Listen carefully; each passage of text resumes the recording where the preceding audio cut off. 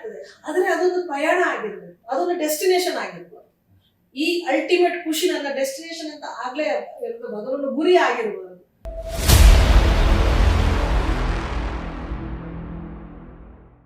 ಏನಾದ್ರೂ ಒಂದು ಕಹಿ ಘಟನೆ? ಅದು ಕ್ಷಣಿಕ.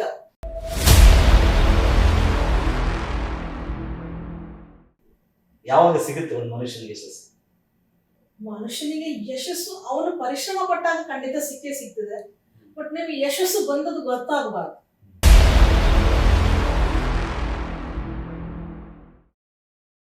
ನಮಸ್ಕಾರ ಎಲ್ರಿಗೂ, ವೆಲ್ಕಮ್ ಟು ಡ್ರೀಮ್ ಕ್ಯಾಚರ್.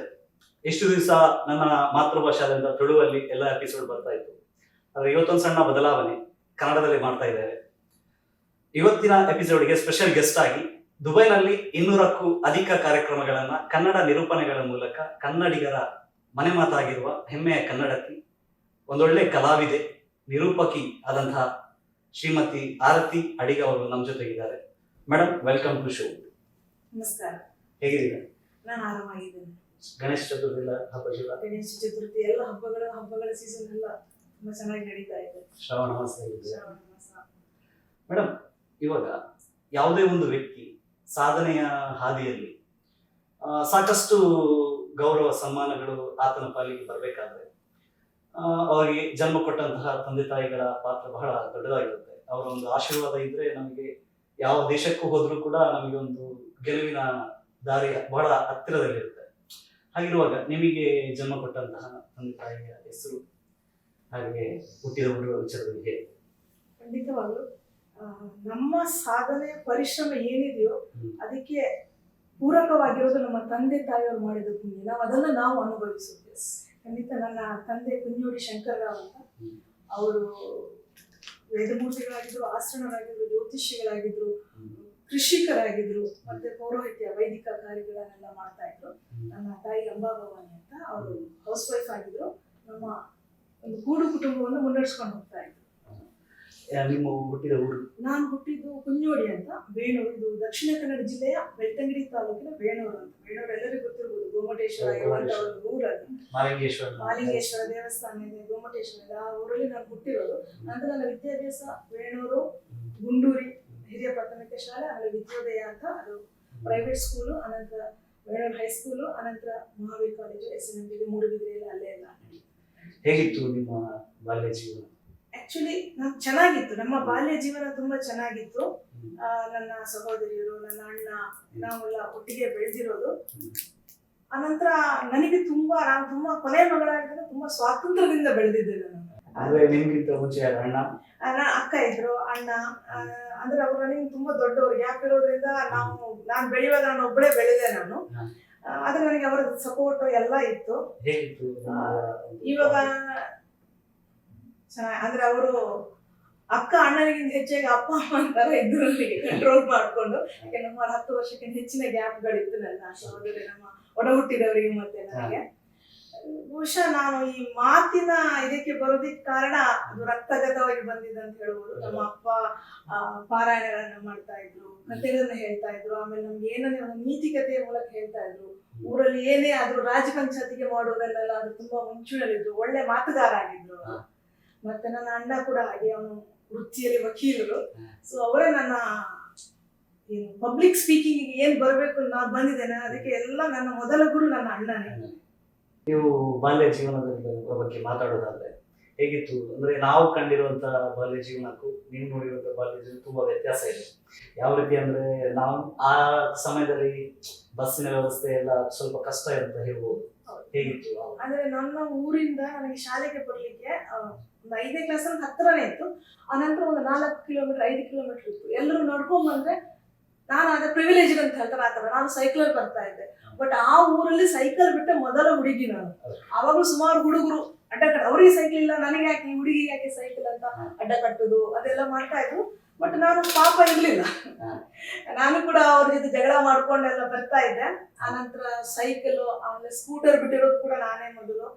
ಆತರ ನನಗೆ ಆತರ ಒಂದು ಸ್ವಾತಂತ್ರ್ಯ ಇತ್ತು ಮನೆಯಲ್ಲಿ, ಆತರ ಒಂದು ಸೌಲಭ್ಯನೂ ಇತ್ತು. ಇವಾಗ ನಾವು student life is golden life ಅಂತ ಹೇಳ್ತೇವೆ. ಈ ಕಾಲೇಜ್ ಜೀವನದ ಬಗ್ಗೆ ಮಾತಾಡೋದಾದ್ರೆ ಹೇಗಿತ್ತು ನಿಮ್ಮ ಒಂದು ನೆನಪನ್ನು ಮಾಡ್ಕೊಳ್ಳೋದಾದ್ರೆ, ಸವಿ ನೆನಪು ಮಾಡ್ಕೊಳ್ಳೋದಾದ್ರೆ? ಅದೇ ಹೈಸ್ಕೂಲ್ ತನಕ ನಾವು ಒಂದ್ ಸ್ವಲ್ಪ ಜೋರಾಗಿ ಇದ್ವಿ, ಸ್ಪೋರ್ಟ್ಸ್ ಅಲ್ಲಿ ಸಹ ಇದ್ವಿ ನಾವು, ಇದ್ರಲ್ಲಿ ಎಲ್ಲರಲ್ಲಿ ಸ್ಪೋರ್ಟ್ಸ್ ಇದೆಲ್ಲ ಜೋರಾಗಿ ಇದ್ದೆ ನಾನು.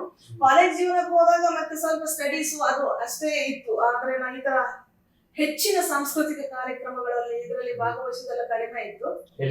ಕಾಲೇಜಲ್ಲಿ ಕಡಿಮೆನೇ ಇತ್ತು. ಹೈಸ್ಕೂಲ್ ತನಕ ಮಾತ್ರ ತುಂಬಾ ಜೋರಾಗಿತ್ತು. ಕಾಲೇಜ್ ನಂತರ ಏನೋ ಸ್ವಲ್ಪ ರೆಸ್ಪಾನ್ಸಿಬಲ್ ಆಗಿ ಅದೇನೋ ಆತರ ನಾನಂತಲ್ಲ, ಅಲ್ಲಿ ಯಾರು ಕೂಡ ಅಷ್ಟೊಂದು ಹೋಗ್ತಾ ಇರ್ಲಿಲ್ಲ, ಮುಂದುವರಿತಾ ಇರಲಿಲ್ಲ ಸಾಂಸ್ಕೃತಿಕವಾಗಿ ಅಥವಾ ಕ್ರೀಡೆ ಇದರಲ್ಲಿ ಅಷ್ಟೊಂದು ಯಾರು ಮುಂದುವರಿತಾ ಇರಲಿಲ್ಲ. ಹಾಗೆ ನಂದು ಕೂಡ ನಾರ್ಮಲ್ ಆಗಿ ಇತ್ತು ಆ ಜೀವನ. ನೀವು ಹೈಸ್ಕೂಲ್ ಅಲ್ಲಿ ಸ್ವಲ್ಪ ಕಲ್ಚರಲ್ ಆಕ್ಟಿವ್ ಸ್ವಲ್ಪ ಆಕ್ಟಿವ್ ಇತ್ತು ಅಂತ ಅನ್ಸುತ್ತೆ. ಹೇಗಿತ್ತು ಅಂದ್ರೆ ಅವಾಗ ನಿಮಗೆ ಯಾರು ಸಪೋರ್ಟಿವ್ ಆಗಿತ್ತು? ಯಾವ ಸಾಂಸ್ಕೃತಿಕ ಕಾರ್ಯಕ್ರಮದಲ್ಲಿ ನೀವು ಆಕ್ಟಿವ್? ಅಂದ್ರೆ ಇವಾಗ ಸಂಗೀತ, ನಾಟಕ, ನೃತ್ಯ ಈ ತರ ಎಲ್ಲ ಬರುತ್ತೆ, ಇದರಲ್ಲಿ ಯಾವ್ದು ನಿಮಗೆ ತುಂಬಾ? ನನಗೆ ನಾಟಕ, ನಾನು ಸುಮಾರು ಚಿಕ್ಕದಿಂದ 5ನೇ ಕ್ಲಾಸಿನ ನಾಟಕಗಳನ್ನೆಲ್ಲ ಮಾಡ್ತಾ ಬಂದಿದ್ದು. ಸ್ಕೂಲ್ ಡೇ ನಾಟಕ, ಊರಿನ ಒಂದು ಜಾತ್ರೆಗಳ ಅಥವಾ ಯುವಕ ಮಂಡಲ, ಮಹಿಳಾ ಮಂಡಲ ಅಂತ ಅದರಲ್ಲಿ ಒಂದು ಸಣ್ಣ ಸಣ್ಣ ವಾರ್ಷಿಕೋತ್ಸವಗಳಲ್ಲಿ ಮಾಡ್ತಾ ಇದ್ದೆ. ಅದೇ ನಾನು ಹೇಳಿದಾಗ ನನ್ನ ಅಣ್ಣ ನನಗೆ 3ನೇ ಕ್ಲಾಸ್ ಮೊದಲು ಭಾಷಣ ಬರೆದುಕೊಟ್ಟು ಅದನ್ನ ಬಾಯ್ಪಾಠ ಉಡಿಸಿ ಅದನ್ನ ಹೇಗೆ ಡೆಲಿವರ್ ಮಾಡ್ಬೇಕು ಅಂತ ಹೇಳಿಕೊಟ್ಟು, ನಿನ್ ಭಾಷಣ ಮೊದಲಿಂದ ನನಗೆ ಹೇಳಿಕೊಟ್ಟು, ನಿನ್ ಭಾಷಣವನ್ನು ಒಪ್ಪಿಸಿ ಬರುವುದಲ್ಲ, ಜನರಿಗೆ ಕನೆಕ್ಟ್ ಆಗಿ ಬರಬೇಕು, ನೀನ್ ಹೇಳಿದವರಿಗೆ ಕನೆಕ್ಟ್ ಆಗಬೇಕು, ಮಾತಾಡಿದಾಗಿರ್ಬೇಕು ಅಂತ ಹೇಳಿಕೊಟ್ಟ ನಾವು. ಸೊ ಅದು ಆದ್ರಿಂದ ನನಗೆ ಅದೊಂದು ಫೀಲ್ಡ್ ಅಲ್ಲಿ ತುಂಬಾ ಆಸಕ್ತಿ ಬಂತು. ಮತ್ತೆ ಅದೇ ಅವ್ನು ಬರ್ಕೊಡ್ತಾ ಇದ್ದ, ನಾನು ಹೇಳ್ತಾ ಇದ್ದೆ, ಅದೇ ಇದ್ದೆ. ಮತ್ತೆ ಮತ್ತೆ ಅವನಿಗೂ ಸಿಟ್ಟು ಬಂತು, ನೀನು ಎಷ್ಟು ಬರೆದು ಕೊಟ್ಟು ಹೇಳೋದು, ನೀನೇ ಮಾಡು, ಟ್ರೈ ಮಾಡು ಅಂತ. ಅಲ್ಲಿಂದ ನಾನು ಆಶುಭಾಷಣ, ನನಗೆ ತುಂಬಾ ಇಷ್ಟವಾದ ಸಬ್ಜೆಕ್ಟ್ ಆಯ್ತು ಆಶುಭಾಷಣ, ಪಿಕ್ ಅಂಡ್ ಸ್ಪೀಚ್ ಅಂತ, ಆನ್ ಸ್ಪಾಟ್ ಅಲ್ಲಿ ವಿಷಯ ಕೊಟ್ಟು ಮಾತಾಡುವಂತದ್ದು. ಸೊ ಅದರಲ್ಲಿ ನನಗೆ ತುಂಬಾ ಆಸಕ್ತಿ. 10ನೇ ಕ್ಲಾಸ್ ತನಕ ನನ್ನನ್ನು ಯಾರು ಬೀಟ್ ಮಾಡ್ಲಿಲ್ಲ ಆ ಫೀಲ್ಡ್ ಅಲ್ಲಿ. ಅದರಿಂದ ನನಗೆ ಓದುವ ಹವ್ಯಾಸ, ಅದಕ್ಕೆ ನಿಮ್ಗೆ ಕೂಗೋ ತಯಾರಿ ತುಂಬಾ ಬೇಕು. ಸೊ ಓದುವ ಹವ್ಯಾಸಗಳು ಅದರಿಂದನೇ ಆರಂಭ ಮಾಡಿದೆ. ಇವಾಗ ಹೈಸ್ಕೂಲ್ ಅಲ್ಲಿ ಹೇಳುವಾಗ ಪ್ರತಿಭಾ ಕಾರಂಜಿ ಅಂತ ಬರುತ್ತೆ, ಅಂದ್ರೆ ವಿದ್ಯಾರ್ಥಿಗಳ ಒಂದು ಪ್ರತಿಭೆಯನ್ನ ತೋರಿಸೋದಕ್ಕೆ ಒಂದು ಒಳ್ಳೆ ವೇದಿಕೆ. ಆ ಒಂದು ಸಮಯದಲ್ಲಿ ಹೇಗೆ ನಿಮ್ದು ಪರ್ಫಾರ್ಮೆನ್ಸ್? ಪ್ರತಿಭಾ ಕಾರಂಜಿ ಅಂತ ಹೇಳಿ ನೆನಪಾಯ್ತು. ಸರ್ಟಿಫಿಕೇಟ್ ಗಳನ್ನು ಕಲೆಕ್ಟ್ ಮಾಡೋದು ನನಗೊಂದು ದೊಡ್ಡ ಹುಚ್ಚು, ನನಗೆ ಇಷ್ಟು ಸಿಕ್ಕಿತ್ತು, ನನಗೆ ಇಷ್ಟು ಸಿಕ್ಕಿತ್ತು ಅಂತ. ಸೊ ಹೆಚ್ಚಾಗಿ ಪ್ರಬಂಧ ಭಾಷಣ ಸ್ಪರ್ಧೆಗಳಲ್ಲಿ ಸುಮಾರು ಪ್ರಶಸ್ತಿ ಪತ್ರಗಳು ನಮ್ಮದಾಗಿದೆ ಆಕ್ಚುಲಿ. ಅದಾದ ಬಳಿಕ ನಿಮಗೆ ಕಾಲೇಜಲ್ಲಿ ಯಾವ ಆ ತರದ ಯಾವುದೇ ಒಂದು ಇದು ನಾವು ಅದೇ ಕಾಲೇಜ್ ಡೇ ಟೈಮ್ ಅಲ್ಲಿ ಸ್ಕಿಟ್ ಅದು ಇದು ಮಾಡ್ತಾ ಇದ್ವಿ ಬಿಟ್ರೆ ಅಂತ ಒಂದು ಜಾಸ್ತಿ ಸಾಂಸ್ಕೃತಿಕವಾಗಿ ಯಾವ್ದಾದ್ರು ಮಾಡ್ತಾ ಇದ್ವಿ. ಅದಾದ ಬಳಿಕ ನಿಮ್ಮ ಯಜಮಾನರು ತಿಳ್ಕೊಂಡೆ ಯಕ್ಷಗಾನ ಕಲಾವಿದ ಅಂತ ತಿಳ್ಕೊಂಡೆ. ಸೊ ಇದು ಹೇಗೆ ಅಂದ್ರೆ ನಿಮಗೆ ಮೊದಲೇ ಗೊತ್ತಿತ್ತ ಯಕ್ಷಗಾನ ಕಲಾವಿದ? ಇಲ್ಲ, ನನಗೆ ಮತ್ತೆ ಯಕ್ಷಗಾನಕ್ಕೆ ಆಗಿ ಬರ್ತಾ ಇರ್ಲಿಲ್ಲ ಅಷ್ಟೊಂದು. ಯಾಕೆ ನಮ್ಮ ಮನೆಯಲ್ಲಿ ತುಂಬಾ ಜನ ಯಕ್ಷಗಾನ ಕಲಾವಿದರಿದ್ರು, ಯಕ್ಷಗಾನ ಅರ್ಥ ಹೇಳುವ ನಮ್ಮ ಕುಟುಂಬ, ಮನೆ ಅಂದ್ರೆ ಕುಟುಂಬದಲ್ಲೆಲ್ಲ. ಹಾಗಾಗಿ ಯಕ್ಷಗಾನ ಸ್ವಲ್ಪ ದೂರನೇ ಇತ್ತು ನನಗೆ. ಬಟ್ ಅದೊಂದು ಕಂಪ್ಲೀಟ್ಲಿ ಅರೇಂಜ್ಡ್ ಮ್ಯಾರೇಜ್ ನಮ್ಮದು. ನಾವು ಮೊದಲು ನನಗೆ ಪರಿಚಯ ಇರಲಿಲ್ಲ, ಆದ್ರೆ ಅರೇಂಜ್ಡ್ ಮ್ಯಾರೇಜ್ ಆದ್ರೂ ಕೂಡ ಅದು ಹೇಳ್ತಾರಲ್ಲ ಮೇಲಿಂದ ಬರ್ಕೊಂಡು ಬಂದದ್ದು ಅಂತ ಒಂದು ಒಳ್ಳೆಯ ಸಂಬಂಧ. ಅಂದ್ರೆ ಯಾಕೆ ಹೇಳಿದ್ರೆ ಅವರು ಯಕ್ಷಗಾನ ಕಲಾವಿದರು, ನೀವು ನಿರೂಪಕರು, ಇದು ಹೇಗೆ ಅಂತ ಅಂದ್ರೆ ಕೆಲವೊಮ್ಮೆ ಇವಾಗಿನ ಕಾಲಘಟ್ಟದಲ್ಲಿ ಇರುತ್ತೆ, ನನಗೆ ಯಕ್ಷಗಾನ ಕಲಾವಿದರು ಬೇಕು ಅಥವಾ ನನಗೆ ಒಂದು ಸರಿಸಮಾನ ಗೌರವ ಬೇಕು, ನನ್ನ ಫೀಲ್ಡ್ ಅಲ್ಲಿ ಇರೋರು ಬೇಕು, ಹಾಗೆ ಆ ತರ ಎಲ್ಲ ಇರುತ್ತೆ. ಅದಕ್ಕೆ ಕೇಳಿದ್ರು. ಇಲ್ಲಿ ನಾವು ಯಕ್ಷಗಾನ ಕಲಾವಿದರ ನಿರೂಪಕ, ಇದು ನಮ್ಮ ಪ್ರವೃತ್ತಿ, ವೃತ್ತಿ ಅಲ್ಲ. ಸೊ ನಮ್ಮದು ವೃತ್ತಿ ಮ್ಯಾಚ್ ಆಗ್ತಾ ಇತ್ತು ಒಂದು ಹಾಗೆ. ಮತ್ತೆ ನಾವು ಇಲ್ಲಿ ನಾನು ನಿರೂಪಕಿ ಆಗ್ತೇನೆ ಅಂತ ನನಗೆ ಗೊತ್ತೂ ಇರಲಿಲ್ಲ ದುಬೈಗೆ ಬರುವ ತನಕ. ದುಬೈಗೆ ಬಂದು ಸುಮಾರು ವರ್ಷ ಕೆಲಸ ಮಾಡೋ ಸಮೇತ ನನ್ನಲ್ಲಿ ಒಂದು ಆ ಒಂದು ಏನು ಕೆಪಾಸಿಟಿ ಇದೆ, ಆ ಒಂದು ಪ್ರತಿಭೆ ಇದೆ ಅಂತ ನನಗೇನೆ ಗೊತ್ತಿಲ್ಲ. ಇವಾಗ ನೀವು ಮ್ಯಾರೇಜ್ ಆದ್ಮೇಲೆ ಯುಎಇಗೆ ಬಂದ ಅಂತ ಹೇಳಿದ್ರಿ. ನೀವು ಯುಎಇಗೆ ಬಂದ ತಕ್ಷಣ, ದುಬೈಗೆ ಬಂದ ತಕ್ಷಣ ನಿಮಗೆ ಒಂದು ನಿರೂಪಣೆಯ ವೇದಿಕೆ ಸೃಷ್ಟಿ ಕೊಟ್ಟವ್ರು ಮಾಡಿದವರು ಯಾರು? ಅದು 2013ರಲ್ಲಿ ಯಕ್ಷ ಕಲಾವೃಂದ ಅಂತ ನನ್ನ ಗಂಡ ವಿಶ್ವೇಶ್ವರ ಅಡಿಗ ಅವರು, ಪದ್ಮರಾಜ ಎಕ್ಕಾರು, ಸಾಧನ್ ದಾಸ್ ಅಂತ ಮತ್ತೆ ರಾಜಾರಾಮ್ ಅಂತ ಒಬ್ಬರಿದ್ರು, ಅವ್ರಿಗಿಲ್ಲ, ಅವರೆಲ್ಲ ಸೇರ್ಕೊಂಡು ಮೊದಲ ಬಾರಿಗೆ ಒಂದು ಬಡಗುತಿಟ್ಟು ಯಕ್ಷಗಾನವನ್ನು ಕರ್ಕೊಂಡ್ಬಂದ್ರು ಊರಿಂದ.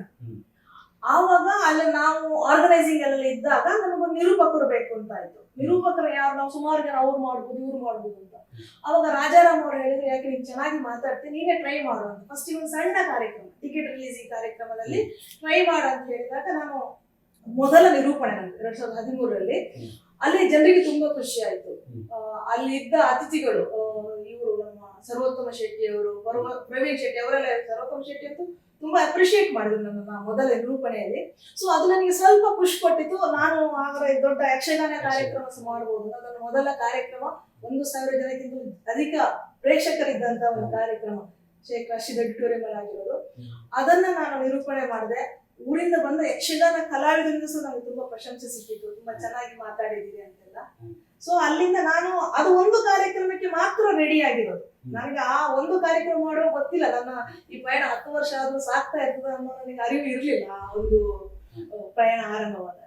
ಅಲ್ಲ, ನಿಮಗೆ ಫಸ್ಟ್ ವೇದಿಕೆ ಎಲ್ಲ ಯಲ್ಲಿರುವಂತಹ ಸರ್ವೋತ್ತಮ ಶೆಟ್ಟಿ ಆಗಿರ್ಬೋದು, ಪದ್ಮರಾಜ್ ಇಂಥವ್ರು ಅವಕಾಶ ಮಾಡಿ ನಿಮ್ಮಲ್ಲಿ ಈ ನಿರೂಪಣೆ ಕಲೆ ಇದೆ ಅಂತ ಹೇಗೆ ಅವರಿಗೆ ಗೊತ್ತಾಯ್ತು? ಯಾಕೆಂದ್ರೆ ಅದೇ ನಾನು ಹೇಳಿದ್ರೆ ನಮ್ಮ ಫ್ಯಾಮಿಲಿ ಫ್ರೆಂಡ್ಸ್ಗೆಲ್ಲ ಗೊತ್ತು. ನಾನು ಮಾತಾಡುವಾಗ ಅವರಿಗೆ ಗೊತ್ತಾಯ್ತು, ನಿನ್ನ ಕನ್ನಡ ಸ್ಪಷ್ಟವಾಗಿದೆ, ನೀನು ಚೆನ್ನಾಗಿ ಮಾತಾಡ್ತೀಯ, ಆಮೇಲೆ ನಾನು ವಿಷಯಗಳನ್ನ ಅರ್ಥ ಮಾತಾಡ್ತೀಯ ಅಂತ ಅವರು ಗುರುತಿಸಿದ್ದು. ನನಗೆ ನಾನು ಗುರುತಿಸಿಕೊಂಡದಲ್ಲ, ಇದು ನೋಡಿದವರು ಗುರುತಿಸಿದ್ದು.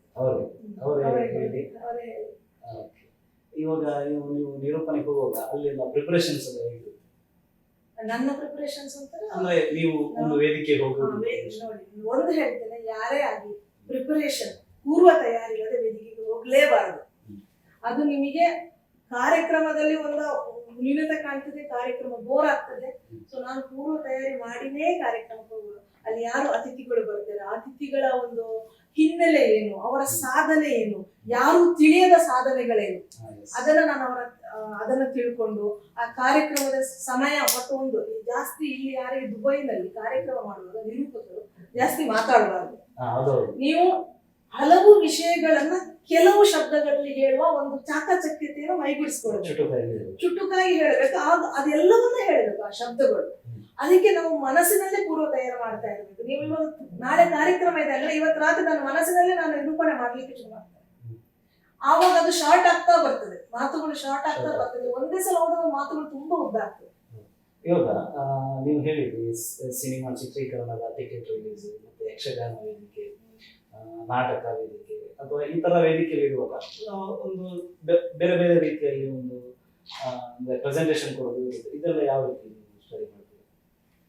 ಮೊದಲನೇದಾಗಿ ನಾನು ಆ ಕಾರ್ಯಕ್ರಮದ ಆಳವನ್ನ ಸ್ಟಡಿ ಮಾಡ್ತೇನೆ. ನನಗೆ ಹೆಚ್ಚು ತುಂಬಾ ಆಪ್ಯಾಯಮಾನ ಅಂದ್ರೆ ಸಾಹಿತ್ಯದ ಕಾರ್ಯಕ್ರಮಗಳು. ಸಾಹಿತಿಗಳ ಬಗ್ಗೆ ತುಂಬಾ ಇರ್ತದೆ ನಮಗೆ ತಿಳ್ಕೊಳ್ಳಿಕ್ಕೆ, ಮಾತಾಡ್ಲಿಕ್ಕೆ, ಮತ್ತೆ ನಮಗೆ ಗೊತ್ತಿರೋದ ವಿಷಯ. ಯಾಕೆಂದ್ರೆ ಅವರು ಒಂದು ಜೀವನವನ್ನ ಅಥವಾ ಒಂದು ಪುಸ್ತಕದ ಮೂಲಕ ಒಂದು ಜೀವಿಯನ್ನ ಜೀವಿಸ್ತಾರೆ, ಅದು ಅವರದಲ್ಲದ ಜೀವಿಯನ್ನು ಜೀವಿಸಿ ನಮಗೆ ತೋರಿಸ್ತಾರೆ. ಅದನ್ನ ನಮ್ಮ ಎದುರು ಒಂದು ಸೃಷ್ಟಿ ಮಾಡ್ತಾರೆ, ಸೃಷ್ಟಿಕರ್ತ. ಅಂತವ್ರ ಬಗ್ಗೆ ತಿಳ್ಕೊಳ್ಳಿಕ್ಕೆ ತುಂಬಾ ಇಷ್ಟ. ಆವಾಗ ಅದು ತುಂಬಾ ಡೀಪ್ ಆಗಿ ಹೋಗ್ತೇನೆ. ಸಿನಿಮಾದ ಕಾರ್ಯಕ್ರಮಗಳೆಲ್ಲ ಸ್ವಲ್ಪ ಲವಲವಿಕೆಯಿಂದ ಅಥವಾ ಸ್ವಲ್ಪ ಫನ್ ಆಗಿ ಸ್ವಲ್ಪ ಲೈಟ್ ಆಗಿ ಹೋಗ್ತಾ ಇರ್ತದೆ. ಇದ್ರ ಜೊತೆಗೆ ನೀವು ಒಂದು ಕಲಾವಿದೆ ಅಂತ ಕೇಳ್ಪಟ್ಟೆ. ಈ ಹೇಗೆ ಇದು ನಿರೂಪಣೆಯ ಜೊತೆಗೆ ನಿಮ್ಮಲ್ಲಿ ಒಂದು ಕಲಾವಿದೆಯ ಒಂದು ಕಲೆ ಇದೆ ಅಂತ ಹೇಗೆ ಗೊತ್ತಾಯ್ತು ದುಬೈನಲ್ಲಿ? ಅದು ಕೂಡ ನಾನು ಗುರುತಿಸಿಕೊಂಡದ್ದಲ್ಲ. ಅಂದ್ರೆ ನಾನು ಹೇಳಿದ ಮೊದಲ ನನ್ನ ಕಾರ್ಯಕ್ರಮ ಯಕ್ಷಗಾನ ಮಾಡಿದಾಗ ಆ ಯಕ್ಷಗಾನ ಕಾರ್ಯಕ್ರಮಕ್ಕೆ ಧ್ವನಿ ಪ್ರತಿಷ್ಠಾನದವರೆಲ್ಲ ಬಂದಿದ್ರು. ಅಲ್ಲಿನ ನಿರ್ದೇಶಕರಾದ ಪ್ರಕಾಶ್ ವಾಣಿಯರ್ ಇರ್ಬೋದು ಅಥವಾ ಅಲ್ಲಿನ ಅದರ ಕಲಾವಿದರೆಲ್ಲ ಬಂದಿದ್ರು. ಅವ್ರು ಹೇಳಿ ತುಂಬಾ ಚೆನ್ನಾಗಿ ನಿರರ್ಗಳವಾಗಿ ಮಾತಾಡ್ತೀಯ, ಮತ್ತೆ ನಾಟಕಕ್ಕೆ ಬೇಕಾದಂತ ವಾಯ್ಸ್ ಥ್ರೋ ಅದೆಲ್ಲ ನಿನ್ನ ಹತ್ರ ಇದೆ, ನೀನ್ ಯಾಕೆ ಪ್ರಯತ್ನಿಸಬಾರ್ದು ಅಂತ. ಮೊದಲು ನಾನು ನಾಟಕಕ್ಕೆ ಸಹ ನಿರೂಪಕಿಯಾಗಿ ಹೋದ್ರು. ನಾಟಕಕ್ಕೆ ನಿರೂಪಕಿಯಾಗಿ ಹೋದೆ. ಅನಂತರ ಧ್ವನಿ ಪ್ರತಿಷ್ಠಾನದವರು ಸಾಹಿತ್ಯ ಸಮ್ಮೇಳನ ನಿರೂಪಿಸಿದೆ, ಕವಿ ಗೋಷ್ಠಿಗಳು ಎಲ್ಲ ಗೋಷ್ಠಿಗಳನ್ನ ನಿರೂಪಿಸಿದೆ. ದೊಡ್ಡ ದೊಡ್ಡ ಸಾಹಿತಿಗಳು ಬಂದು ಬರಗೂರು ಅವರು ಬಂದಿದ್ರು, ಪದ್ಮರಾಜ್ ಗಂಡಾವತಿ ಅವರು ಬಂದಿದ್ರು, ಜರಗನಹಳ್ಳಿ ಶಿವಶಂಕರ್ ಅವರಿದ್ರು. ಅದರ ದೊಡ್ಡ ದೊಡ್ಡ ಕಲಾವಿದರು ನಿರೂಪಿಸಿದೆ. ಅನಂತರ ಅದು ಮಾಡ್ತಾ ಮಾಡ್ತಾ ಅವರ ಜೊತೆ ಒಡನಾಟ ಆಗಿ ನಾಟಕದಲ್ಲಿ ಒಂದು ಪಾತ್ರ ಮಾಡ್ಲಿಕ್ಕೆ ಹೇಳಿದ್ರು. ಅದೇ ಒಂದು ಸ್ವಪ್ನವಾಸವದತ್ತೆ ನಾನು ಮಾಡಿದ ಮೊದಲ ನಾಟಕ. ಅದು ಸಂಸ್ಕೃತ ನಾಟಕ, ಮಹಾಕವಿ ಭಾಸ ಬರೆದಂತ ಸಂಸ್ಕೃತ ನಾಟಕವನ್ನ ಕನ್ನಡಕ್ಕೆ ರೂಪಾಂತರಗೊಳಿಸಿದವರು ಕುರ್ತಕೋಟಿಯವರು, ಕೀರ್ತನಾಥ್ ಕುರ್ತಕೋಟಿ. ಅದರಲ್ಲಿ ನಾನು ಒಂದು ರಾಜಕುಮಾರಿಯ ಪಾತ್ರ ಮಾಡಿದೆ. ಅದು ನಮಗೆ ಕಲ್ಪನೆ, ನಮಗೆ ರಾಜಕುಮಾರಿ ಅಂದ್ರೆ ನಾವೀಗ ಕಾರ್ಟೂನ್ ನೋಡಿದ್ರೆ ಸಿಂಡ್ರೆಲ್ಲಾ ಆ ತರ ಅಲ್ಲ. ಅದು 2000 ವರ್ಷದ ಹಿಂದಿನ ಒಂದು ರಾಜಕುಮಾರಿ. ಅವಳು ಹೇಗಿತ್ತು, ಆ ಒಂದು ಕಲ್ಪನೆ ಒಂದು ತುಂಬಾ ಚೆನ್ನಾಗಿತ್ತು. ಅವಳ ಕಲ್ಪನೆ ಒಂದು ತ್ಯಾಗಮಯ ಜೀವನ, ಅದನ್ನ ನಾನು ಮಾಡಿದೆ. ಆ ನಾಟಕದ ವಿಶೇಷ ಕೇವಲ ಪಾತ್ರ ಮಾಡಲಿಲ್ಲ ನಾನು, ಆ ನಾಟಕದ ಕಾಸ್ಟಿಂಗ್ ಕೂಡ ಎಲ್ಲ ಬೇಕಾದ ಜನರನ್ನ ಕರ್ಕೊಂಡ್ ಬಂದಿದ್ದು ಕೂಡ ನಾನೇ. ನಮ್ಮ ಡೈರೆಕ್ಟರ್ ಹೇಳಿದ್ರು, ಪ್ರಕಾಶ್ ವಾಯಿ ಅವರು ಕರ್ಕೊಂಡ್ ಬಂದಿದ್ದು ಕೂಡ ನಾವೇ. ಅದರ ಎಲ್ಲಾ ರಿಹರ್ಸಲ್ ಕೂಡ ನಮ್ಮ ಮನೆಯಲ್ಲೇ ಆದದ್ದು. ಸೊ ಅದ್ರಲ್ಲಿ ನಾವು ಸಂಪೂರ್ಣವಾಗಿ ಭಾಗಿಯಾದಾಗ ಒಂದು ನಾಟಕದ ರುಚಿ ಹತ್ತಿತ್ತು. ಅನಂತರ ಮುಂದಿನ ವರ್ಷ ಮೃಚ್ಛಕಟಿಕ ನಾಟಕ ಅದು ಕೂಡ ಸಂಸ್ಕೃತ ನಾಟಕ, ಶೂದ್ರಕ ಬರೆದಂಥದ್ದು. ಅದು ಕೂಡ 2000 ವರ್ಷದ ಹಿಂದೆ ಇತಿಹಾಸ ಇದೆ, ಬಟ್ ಅದಕ್ಕಿಂತ ಹಿಂದೆ ಇರಬಹುದು ಅದು. ಅದು ನೀವು ನೋಡಿರ್ಬೋದು, ಉತ್ಸವ ಅಂತ ರೇಖಾ ಅವರೊಂದು ಫಿಲ್ಮ್ ಮಾಡಿದ್ರು, ಅದರ ಬೇಸ್ಡ್ ಅದು ಮುರ್ಚಕಟಿಗ ಅಂತ. ಅದು ಕೂಡ ತುಂಬಾ ದೊಡ್ಡ ನಾಟಕ. ಅದರಲ್ಲಿ ಮೇನ್ ರೋಲ್ ವಸಂತ ಸೇನೆ ಆ ಪಾತ್ರವನ್ನ ಮಾಡಿದ. ಅದು ಸುಮಾರು 4.5 ಗಂಟೆಗಳ ನಾಟಕ. 10 ಅಂಕಗಳು, ಅಂದ್ರೆ 10 ಸೀನ್ ಇತ್ತು. 10 ಸೀನಲ್ಲಿ ವಸಂತ ಸೇನೆ ಬರ್ತಾಳೆ ಅದರಲ್ಲಿ. ಮೈನ್ ರೋಲ್ ಅದರಲ್ಲಿ ಇತ್ತು. ಅದು ತುಂಬಾ ಟೈರಿಂಗ್ ರೋಲು. ಅದರಲ್ಲೂ ಕೂಡ ನಮ್ದು ಸಂಘಟನೆಯಲ್ಲಿ ಕೂಡ ತುಂಬಾ ಭಾಗಿಯಾಗಿದ್ದೆ. ಅನಂತರ ಮಾಡಿದ ನಾಟಕ ವೆಡ್ಡಿಂಗ್ ಆಲ್ಬಮ್ ಅಂತ, ಮದುವೆ ಆಲ್ಬಮ್ ಅಂತ, ಅದು ಗಿರೀಶ್ ಕಾರ್ನಾಡ್ ಅವರದ್ದು. ಅದು ಒಂದು ಸಾಮಾಜಿಕ ನಾಟಕ. ಈ ತರ ಒಂದು ಅದು ತುಂಬಾ ಪ್ರಾಚೀನ ನಾಟಕ ಆಗಿರ್ಲಿಲ್ಲ, ಕರೆಂಟ್ ಈಗಿನ ಪ್ರಸ್ತುತ ಸಮಾಜದ ಮೇಲೆ ಹಿಡಿದಿರುವ ಕನ್ನಡಿಯ ನಾಟಕ. ಅದ್ರಲ್ಲಿ ನಾನು ಪಾತ್ರ ಮಾತ್ರ ಮಾಡಿದ. ಸಂಘಟನೆಯಲ್ಲಿ ಅಷ್ಟೊಂದು ನನಗೆ ಆಗಿರ್ಲಿಲ್ಲ, ನನ್ನ ಇನ್ವಾಲ್ವ್ ಆಗಿರ್ಲಿಲ್ಲ. ಆ ನಾಟಕ ಅದು ಕೂಡ ಒಂದು NRI ಮದುವೆ ಆಗಿರುವ NRI ಹುಡುಗಿಯ ಪಾತ್ರವನ್ನು, ಹೆಂಗಸಿನ ಪಾತ್ರವನ್ನು ನಾನು ಮಾಡಿದ್ದೆ. ಸೊ ಇದು 3 ನಾಟಕ ನಾನು ದುಬೈನಲ್ಲಿ ಮಾಡಿದ್ದೆ. ಹೇಗಿತ್ತು ಅಂದ್ರೆ ನೀವು ವೇದಿಕೆಯಲ್ಲಿ ಹೋಗುವಾಗ, ಫಸ್ಟ್ ಟೈಮ್ ಹೋಗುವಾಗ ನರ್ವಸ್ನೆಸ್ ಆತರ ಇರಲಿಲ್ಲ, ಹೆದರಿಕೆ ಆತರ? ನಾನು ಇವಾಗ್ಲೂ ಕೂಡ ವೇದಿಕೆಗೆ ಹೋಗುವಾಗ ನನಗೆ ನರ್ವಸ್ ಆಗೇ ಆಗ್ತದೆ. ಆ ಒಂದು ನನಗೆ 100% ಕೊಡ್ಲಿಕ್ಕೆ ಆಗ್ತದ ಇಲ್ವಾ ಅನ್ನೋ ಒಂದು ನರ್ವಸ್ನೆಸ್ ಇರ್ತದೆ. ತುಂಬಾ ಕಷ್ಟ ನಾಟಕ ಮಾಡೋದು. ಪರಕಾಯ ಪ್ರವೇಶ ಅನ್ನೋದು ಸುಲಭ ಅಲ್ಲವೇ ಇಲ್ಲ. ನಿಮಗೆ ಅಲ್ಲಿ ಸ್ವಲ್ಪ ನಿಮ್ದು ಮೈಕ್ ಕೆಳಗೆ ಆಯ್ತು ಅಥವಾ ನಿಮ್ದು ಕಾಸ್ಟ್ಯೂಮ್ ಜಾರಿತು ಅಂದ ಕೂಡ ನೀವಾಗಿ ಬಿಡ್ತೀರಿ. ಪರಕಾಯ ಪ್ರವೇಶ ತುಂಬಾ ಕಷ್ಟ. ನೀವು ಅಲ್ಲಿ ಓಡುದು ಮಾಡುದು, ಲೈಟ್ ಅಥವಾ ನಿಮ್ಮ ಎದುರಿನವರು ಡೈಲಾಗ್ ಮಿಸ್ ಮಾಡಿದ್ರು ಅಂದ ಕೂಡ ನಿಮಗೆ ಒಂದ್ ಸ್ವಲ್ಪ ನೀವಾಗಿ ಬಿಡ್ತೀರಿ. ಅದು ಪರಕಾಯ ಪ್ರವೇಶ ತುಂಬಾ ಕಷ್ಟ ಇದೆ ನಾಟಕದಲ್ಲಿ. ಅಂತೂ ನಾವು ಅಂತ ನಾಟಕಗಳನ್ನು ಮಾಡುವ, ಯಾಕಂದ್ರೆ ಅದೊಂದು ನಮಗೆ ಕಲ್ಪನೆಯ ಪಾತ್ರ. ಅದು 2000 ವರ್ಷದ ಹೇಗಿದ್ರು ಅಂತ ನಮಗೆ ಗೊತ್ತಿಲ್ಲ. ಅವರ ಮೈ ಮಾಟ, ಒಡನಾಟ, ಅವರ ಆಭರಣ, ಅವರ ವಸ್ತ್ರ ತುಂಬಾ. ನಿಮ್ಮನ್ನ ಈ ಫಸ್ಟ್ ನಾಟಕ ಮಾಡಿದಾಗ ನಿಮ್ಮ ಒಂದು ಪಾತ್ರ ನೋಡಿ ನಿಮಗೆ ಒಂದು ಪ್ರೋತ್ಸಾಹ ಕೊಟ್ಟವರು ಯಾರು? ಒಳ್ಳೆ ಕಲಾವಿದೆ ಇದ್ದೀರಾ ಆ ತರ ಒಂದು ಯಾರಾದ್ರೂ ನಿಮಗೆ ಗ್ರೀನ್ ಸ್ಕ್ರೀನ್? ದುಬೈ ಕನ್ನಡಿಗರಿದ್ದಾರೆ. ಈ ಕನ್ನಡಿಗರ ಪ್ರತಿಯೊಂದು ಹೆಜ್ಜೆ, ನಿರೂಪಣೆಯ ಹೆಜ್ಜೆ ಇರಲಿ, ನಾಟಕದ ಹೆಜ್ಜೆ ಇರಲಿ, ಪ್ರತಿಯೊಬ್ಬರು ಬೆನ್ನು ತಟ್ಟಿ ಪ್ರೋತ್ಸಾಹಿಸಿದವರು ಇರೋದು. ಅದಕ್ಕೆ ನನ್ನ ಬೆಳವಣಿಗೆಯಲ್ಲಿ ದೊಡ್ಡ ನಾನು ಕ್ರೆಡಿಟ್ ಕೊಡ್ಬೇಕು ಅನ್ನೋದು ನಮ್ಮ UAE ಕನ್ನಡಿಗರಿಗೆ. ತುಂಬಾ ಜನ ನನಗೆ ಇದು ಹೆಚ್ಚಿನ ಸಂಘ ಸಂಸ್ಥೆಯ ಪದಾಧಿಕಾರಿಗಳು, ಅಧ್ಯಕ್ಷರು, ಅವರು ನಿಮಗೆ ಪ್ರೋತ್ಸಾಹ ಮಾಡಿದ್ರು. ಹೆಚ್ಚಿನದಾಗಿ ನನ್ನ ಹಸ್ಬೆಂಡ್, ಅವ್ರು ಇಲ್ಲ ಅಂದ್ರೆ ನಾನು ಇವತ್ತು ಏನೂ ಅಲ್ಲ. ಅವರ ಒಂದು ಸಪೋರ್ಟಿಗೆ ಜಾಸ್ತಿ ಅವರು ಕೊಡುವಂತ ಸ್ವಾತಂತ್ರ್ಯ, ನಂಬಿಕೆ, ಮೇಲಿಟ್ಟಿರೋ ನಂಬಿಕೆ, ಅದರ ಮೇಲೆ ಖಂಡಿತವಾಗಿ ನಾನು ಏನೂ ಅಲ್ಲ, ಅದು ಇಲ್ಲದೆ ಇದ್ದಿದ್ರೆ ಖಂಡಿತ ಅವರಿಗೆ ಆಭಾರಿಯಾಗಿದ್ದೇನೆ. ಅವರು ಮಾಡೋ ಸಪೋರ್ಟ್ ಆಗಿರ್ಬೋದು. ಇವತ್ತು ಕೂಡ ನನಗೆ ಇವಾಗ ಬರಬೇಕು ಅಂತ ಹೇಳಿದಾಗ ನನ್ನ ಮಗನಿಗೆ ಸ್ಟಡಿ ಲೀವ್ ಇದೆ, ಓದ್ತಾ ಇದ್ದಾನೆ. ಅವರು ಬೇರೆ ಮೀಟಿಂಗ್ ಇದೆ, ಅದನ್ನ ಕ್ಯಾನ್ಸಲ್ ಮಾಡಿ ಅವ್ರ ಮಗನಿಗೆ ಓದಿಸ್ತಾ ಇದ್ದಾರೆ. ಸೊ ಈ ತರ ನಮ್ಮ ಮಗು ನಾಟಕ ಪ್ರಾಕ್ಟೀಸ್ ಮಾಡೋದು ತುಂಬಾ ಚಿಕ್ಕವನಿದ್ದ, 3 ವರ್ಷ ಇದ್ದ. ನಾನು ಸಂಜೆ ಪ್ರತಿ ದಿವಸ ಸಂಜೆ ನಾವು ಪ್ರಾಕ್ಟೀಸ್ ಮಾಡಬೇಕು. ಆವಾಗ ಅವ್ರ ಆಫೀಸಿಂದ ಬರ್ತಾ ಇರಲಿಲ್ಲ. ನನ್ನ ಕಾರಲ್ಲಿ ಅವನು ಅರ್ಧ ದಾರಿ ಬಂದು ಆಫೀಸಿಗೆ ಹೋಗುವಾಗ, ನಾನು ಪ್ರಾಕ್ಟೀಸಿಗೆ ಹೋಗುವಾಗ ಅವರು ಆಚೆಯಿಂದ ಬಂದು ನನ್ನ ಕಾರಿಗೆ ಮತ್ತೆ ಅವ್ರ ನೆತ್ತಿ ಅವರ ಕಾರಿಗೆ ಹಾಗೆ ಹೋಗ್ತಾ ಇದ್ರು. ಮತ್ತೆ ಅವ್ರು ನೋಡ್ಕೊಳ್ತಾ ಇದ್ರು. ಹಾಗಾಗಿ ನನ್ನ ಮಗನಿಗೆ ಸಹ ಅವನ ಸಪೋರ್ಟಿಗೆ ಸಹ ತುಂಬಾ ಆಭಾರಿಯಾಗಿದೆ. ನೀವು ಇವಾಗ ಹೇಳಿದ್ರಿ 10 ವರ್ಷದಿಂದ ನಿರೂಪಣೆಯಾಗಿ ಮಾಡ್ಕೊಂಡು ಬರ್ತಿದ್ದೀನಿ ಅಂತ. ಇಷ್ಟೊಂದು ದೊಡ್ಡ ವೇದಿಕೆ ಎಲ್ಲ ನಿಮಗೆ ಸಿಗ್ಬೇಕಾದ್ರೆ ಇನ್ನಷ್ಟು ಹಿರಿಯರು ನಿಮಗೆ ಸಹಕರಿಸಿರ್ಬೇಕಲ್ಲ, ಅವ್ರು ಯಾರು ಅಂತ ಹೇಳ್ಬೋದು? ತುಂಬಾ ಜನ ಸಹಕಾರ ಮಾಡಿದ್ದಾರೆ. ಖಂಡಿತವಾಗ್ಲೂ ಒಂದು ದೇವರ ದಯೆ, ಮತ್ತೆ ಇಲ್ಲಿರುವ ಕನ್ನಡದ ಸಂಘಟನೆಗಳ ಪದಾಧಿಕಾರಿಗಳು, ಹಿರಿಯರ ಒಂದು ಸಪೋರ್ಟ್ ತುಂಬಾ ಇದೆ. ನಾನು ಮೊದಲು ಹೇಳಿದ್ರೆ ನಾನು ಯಕ್ಷಗಾನದಲ್ಲಿ ಮಾಡ್ತಾ ಇದ್ದಂತ ಧ್ವನಿ ಪ್ರತಿಷ್ಠಾನದಲ್ಲಿ ಮಾಡಿದೆ. ಆ ನಂತರ ಅದು ಏನಂದ್ರೆ ಒಂದು ಭಾಗದ ಜನರಿಗೆ ಸೀಮಿತವಾಗಿತ್ತು, ಲೈಕ್ ಹೆಚ್ಚಾಗಿ ದಕ್ಷಿಣ ಕನ್ನಡದವರು ಆತರ ಬಂದಿದ್ರು. ಆ ನಂತರ ನನ್ನ ಅಲ್ಲಿಯ ಒಂದು ನಿರೂಪಣೆ ನೋಡಿ NRI ಫೋರಂ ಇದೆಯಲ್ಲ, ಕರ್ನಾಟಕ NRI ಫೋರಂ ನ ಇನಾಗ್ರೇಷನ್ಗೆ ಸಿದ್ದರಾಮಯ್ಯ ಅವರು ಬಂದಿದ್ರು. ಆವಾಗ ಮೊದಲ ಬಾರಿ ಮುಖ್ಯಮಂತ್ರಿ ಆಗಿದ್ರು. ಆ ಒಂದು ಕಾರ್ಯಕ್ರಮಕ್ಕೆ ನೋಯಲ್ ಅಲ್ಮೇಡ ಅವರ ನನ್ನ ಕರೆದ್ರು. ಅವರು ನನ್ನ ನಿರೂಪಣೆಯಲ್ಲಿ ನೋಡಿದವರು ಕರೆದ್ರು. ಅವರು ಕರೆದು ನನ್ನನ್ನ ಪ್ರವೀಣ್ ಶೆಟ್ಟಿ ಅವರು NRI ಪ್ರೆಸಿಡೆಂಟ್, ಅವರಿಗೆ ಇಂಟ್ರೊಡ್ಯೂಸ್ ಮಾಡಿಸಿದ್ರು. ಅವರು ನನ್ನ ಆಫೀಸಿಗೆ ಕರೆದು ಇಂಥ ಒಂದು ಕಾರ್ಯಕ್ರಮ ಉಂಟು, ನೀವು ಮಾಡ್ಬೇಕು ಅಂತ ಹೇಳಿ ಅಷ್ಟು ದೊಡ್ಡ ಅವಕಾಶ ನನಗೆ ಕೊಟ್ಟರು ಪ್ರವೀಣ್ ಶೆಟ್ಟಿ ಅವರು. ನೋಯಲ್ ಅಲ್ಮೇಡ ಅವರು ನನಗೆ, ನೋಯಲ್ ಅಲ್ಮೇಡ ಮತ್ತೆ ಕಿರಣ್ ಅಂತಿದ್ರು, ಫ್ಲಾಯ್ಡ್ ಕಿರಣ್ ಅಂತ, ಅವ್ರು ನನ್ನ ರೆಫರ್ ಮಾಡಿದವರು. ಅದೊಂದು ತುಂಬಾ ದೊಡ್ಡ, ಅದು ಯಾಕೆ ಆ ಕಾರ್ಯಕ್ರಮ ಯಾಕೆ ನನ್ನ ಅದು ಒಂದು ಮೈಲಿಗಲ್ಲು ಅಂದ್ರೆ, ಆ ಕಾರ್ಯಕ್ರಮಕ್ಕೆ ಇಲ್ಲಿ ನೆಲೆ ನಿಂತಿರುವ ಕನ್ನಡಿಗರು ಕರ್ನಾಟಕದ ಮೂಲೆ ಮೂಲೆಯಿಂದ ಬಂದಿದ್ರು. ಹಾಗಾಗಿ ನನ್ನ ಪರಿಚಯ ಕರ್ನಾಟಕದ ಎಲ್ಲಾ ಭಾಗಗಳಿಗೆ ಹರಡಿದ್ದಾರೆ. ಆ ಕಾರ್ಯಕ್ರಮಕ್ಕೆ ಬಸವ ಸಮಿತಿಯ ಪದಾಧಿಕಾರಿಗಳು ಬಂದಿದ್ರು.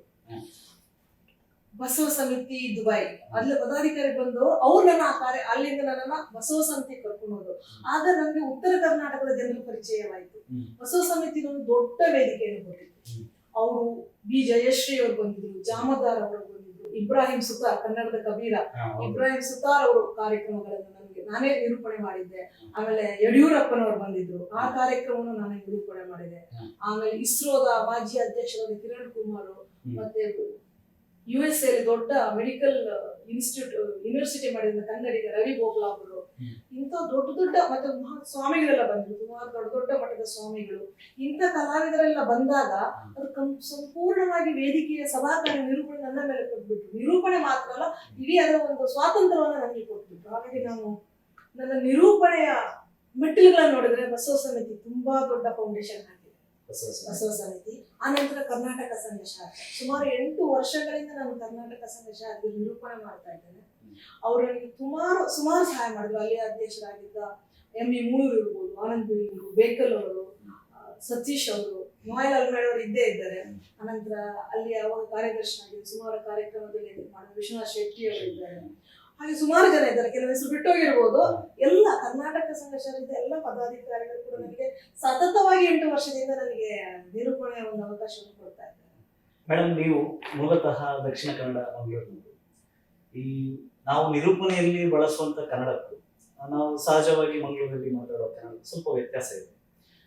ಇದು ನಿಮಗೆ ಹೇಗೆ ಸಾಧ್ಯ ಆಯ್ತು?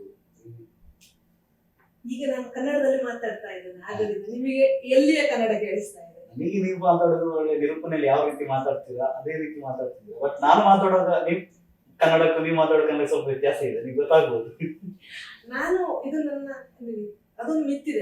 ಹೆಚ್ಚಿನವರು ನನಗೆ ಕೇಳ್ತಾರೆ, ನೀವು ಮಂಗಳೂರಿನವರಾಗಿ ಇಷ್ಟು ಜನ ಕನ್ನಡ ಮಾತಾಡ್ತೀರಾ?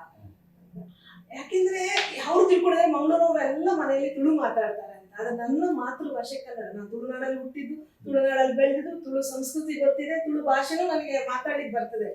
ಆದ್ರೆ ನನ್ನ ಮನೆ ಮಾತು ಕನ್ನಡ. ಮನೆಯಲ್ಲಿ ನಮ್ಮ ಅಪ್ಪನ ಹತ್ರ, ಅಮ್ಮನ ಹತ್ರ, ಅಜ್ಜ ಅಜ್ಜಿ ಎಲ್ಲರ ಕನ್ನಡ ಮಾತಾಡ್ಕೊಂಡೆ ಬೆಳೆದದ್ದು. ನಾವು ಇಂಗ್ಲಿಷ್ ಕಲಿಯುವ ಮೊದಲು ಕನ್ನಡದಲ್ಲೇ ಮಾತಾಡಿದೆ. ಹಾಗಾಗಿ ಕನ್ನಡದ ಶಬ್ದಗಳು ನನಗೆ ಗೊತ್ತಿದೆ. ಇಂಗ್ಲಿಷ್ನ ಪದ ಬಳಕೆ ಇಲ್ಲದೆ ನಾನು ಮಾತಾಡಿದ ಶಬ್ದಗಳು ಗೊತ್ತಿರೋದ್ರಿಂದ ಹಾಗಾಗಿ ನಾನು ವೇದಿಕೆಗೆ ಹೋಗುವಾಗ ಅದು ತನ್ನಿಂತಾನಾಗಿ ನನಗೆ ಕನ್ನಡದ ಶಬ್ದಗಳು ಬರ್ತಾ ಇರ್ತದೆ.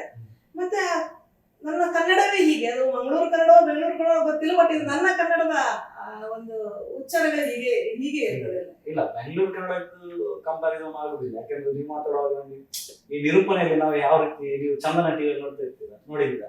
ಅಲ್ಲೆಲ್ಲ ವಾರ್ತೆ ಎಲ್ಲ ಓದುವಾಗ ಹೇಗೆ ಬರುತ್ತೆ ಅದೇ ಒಂದು ನಾನು ತುಂಬಾ ಇಷ್ಟಪಡುವ ನಿರೂಪಕಿ ಅಂದ್ರೆ ಶೈಲಜಾ ಸಂತೋಷ್ ಅವರು. ನಿರಾಭರಣ ಸುಂದರಿ ಅಂತ ಹೇಳ್ತಾರೆ. ಅವ್ರು ಯಾಕೆ ಇಷ್ಟ ಅಂದ್ರೆ ನಿಮಗೆ ಗೊತ್ತಾಗ್ತದೆ, ಅವರು ಕೇಳುವ ಒಂದು ಪ್ರಶ್ನೆಗಳಲ್ಲೇ ನಿಮಗೆ ಗೊತ್ತಾಗ್ತದೆ ಅವ್ರು ಎಷ್ಟು ಹೋಮ್ವರ್ಕ್ ಮಾಡಿದ್ದಾರೆ, ಎಷ್ಟು ಪೂರ್ವ ತಯಾರಿ ಮಾಡಿದ್ದಾರೆ ಅಂದ್ರೆ. ಯಾಕೆಂದ್ರೆ ಅವರ ಥಾಟ್ ಪ್ರೊಸೆಸ್ ಇದೆ, ಅವರ ಒಂದು ಯೋಚನಾ ಲಹರಿ ಉಂಟಲ್ಲ, ನಿಮ್ಗೆ ಅದೇ ಒಂದು ಯಾವುದೇ ಒಂದು ಬಟ್ಟಿಳಿಸದೆ ಅದನ್ನು ಫಿಲ್ಟರ್ ಮಾಡದೆ ನಿಮ್ಮ ತಲೆಗೆ ಬರ್ತದೆ. ಅದು ಪ್ರಿಪರೇಷನ್. ನನಗೆ ಅವರು ತುಂಬಾ ಇಷ್ಟ. ನಿರೂಪಣೆಯಲ್ಲಿ ನಂದು ಫೇವರೇಟ್ ಅಂತ, ನನ್ನ ಐಡಲ್ ಅಂತ ಹೇಳ್ಬೋದು ಶೈಲಜಾ ಸಂತೋಷ್. ಇನ್ನೊಬ್ರು ಅಪರ್ಣ ಅವರನ್ನು ನೋಡಿ ನಾನು ತುಂಬಾ ಕಲ್ತಿದ್ದೆ. ಯಾಕೆಂದ್ರೆ ಟೈಮ್ ಮ್ಯಾನೇಜ್ಮೆಂಟ್, ಡೆಲಿವರಿ. ಮತ್ತೆ ಯಾಕೆಂದ್ರೆ ನೀವು ವೇದಿಕೆಯಲ್ಲಿ ಇರುವಾಗ ನೀವು ಏನು ತಯಾರಿ ಮಾಡ್ಕೊಂಡ್ ಬಂದಿದ್ದೀರಾ, ಏನು ಕಲ್ತ್ಕೊಂಡ್ ಬಂದಿದ್ದೀರಾ, ಏನು ಬರ್ಕೊಂಡ್ ಎಲ್ಲ ಓದ್ಲಿಕ್ಕೆ ಆಗೋದಿಲ್ಲ. ನಿಮ್ಗೆ ಆ ಸಮಯದಲ್ಲಿ ಏನು ಬೇಕು on spot time management Aparna. ನೀವು ಹೀಗೆ ಹೋಗ್ತಾ ಇದ್ರೆ ಅವ್ರು ಹೇಗೆ ಯೂಟರ್ನ್ ಮಾಡ್ತಾರೆ ಅಂತ ಗೊತ್ತಾಗೋದಿಲ್ಲ ಅವರಿಗೆ. ಈಗ ಇಂಥ ಒಂದು ಅತಿಥಿಗಳು ನಮ್ಮ ಇವ್ರು ಬರ್ಲಿಕ್ಕಿಂತ ಅವ್ರು ಅವರಿಗೆ ಬರಲಿಲ್ಲ, ಅದನ್ನ ಈ ಕಾರ್ಯಕ್ರಮಕ್ಕೆ ಮುಂದುವರಿಸ್ತೇವೆ ಅಂತ. ಅದನ್ನೆಲ್ಲ ನಾನು ಅಪರ್ಣ ಅವರಿಗೆ ತುಂಬಾ ಕಲ್ತಿದ್ದೇನೆ. ಅಪರ್ಣ ಅವರ ನೋಡಿ ಕಲ್ತಿದ್ದೇನೆ.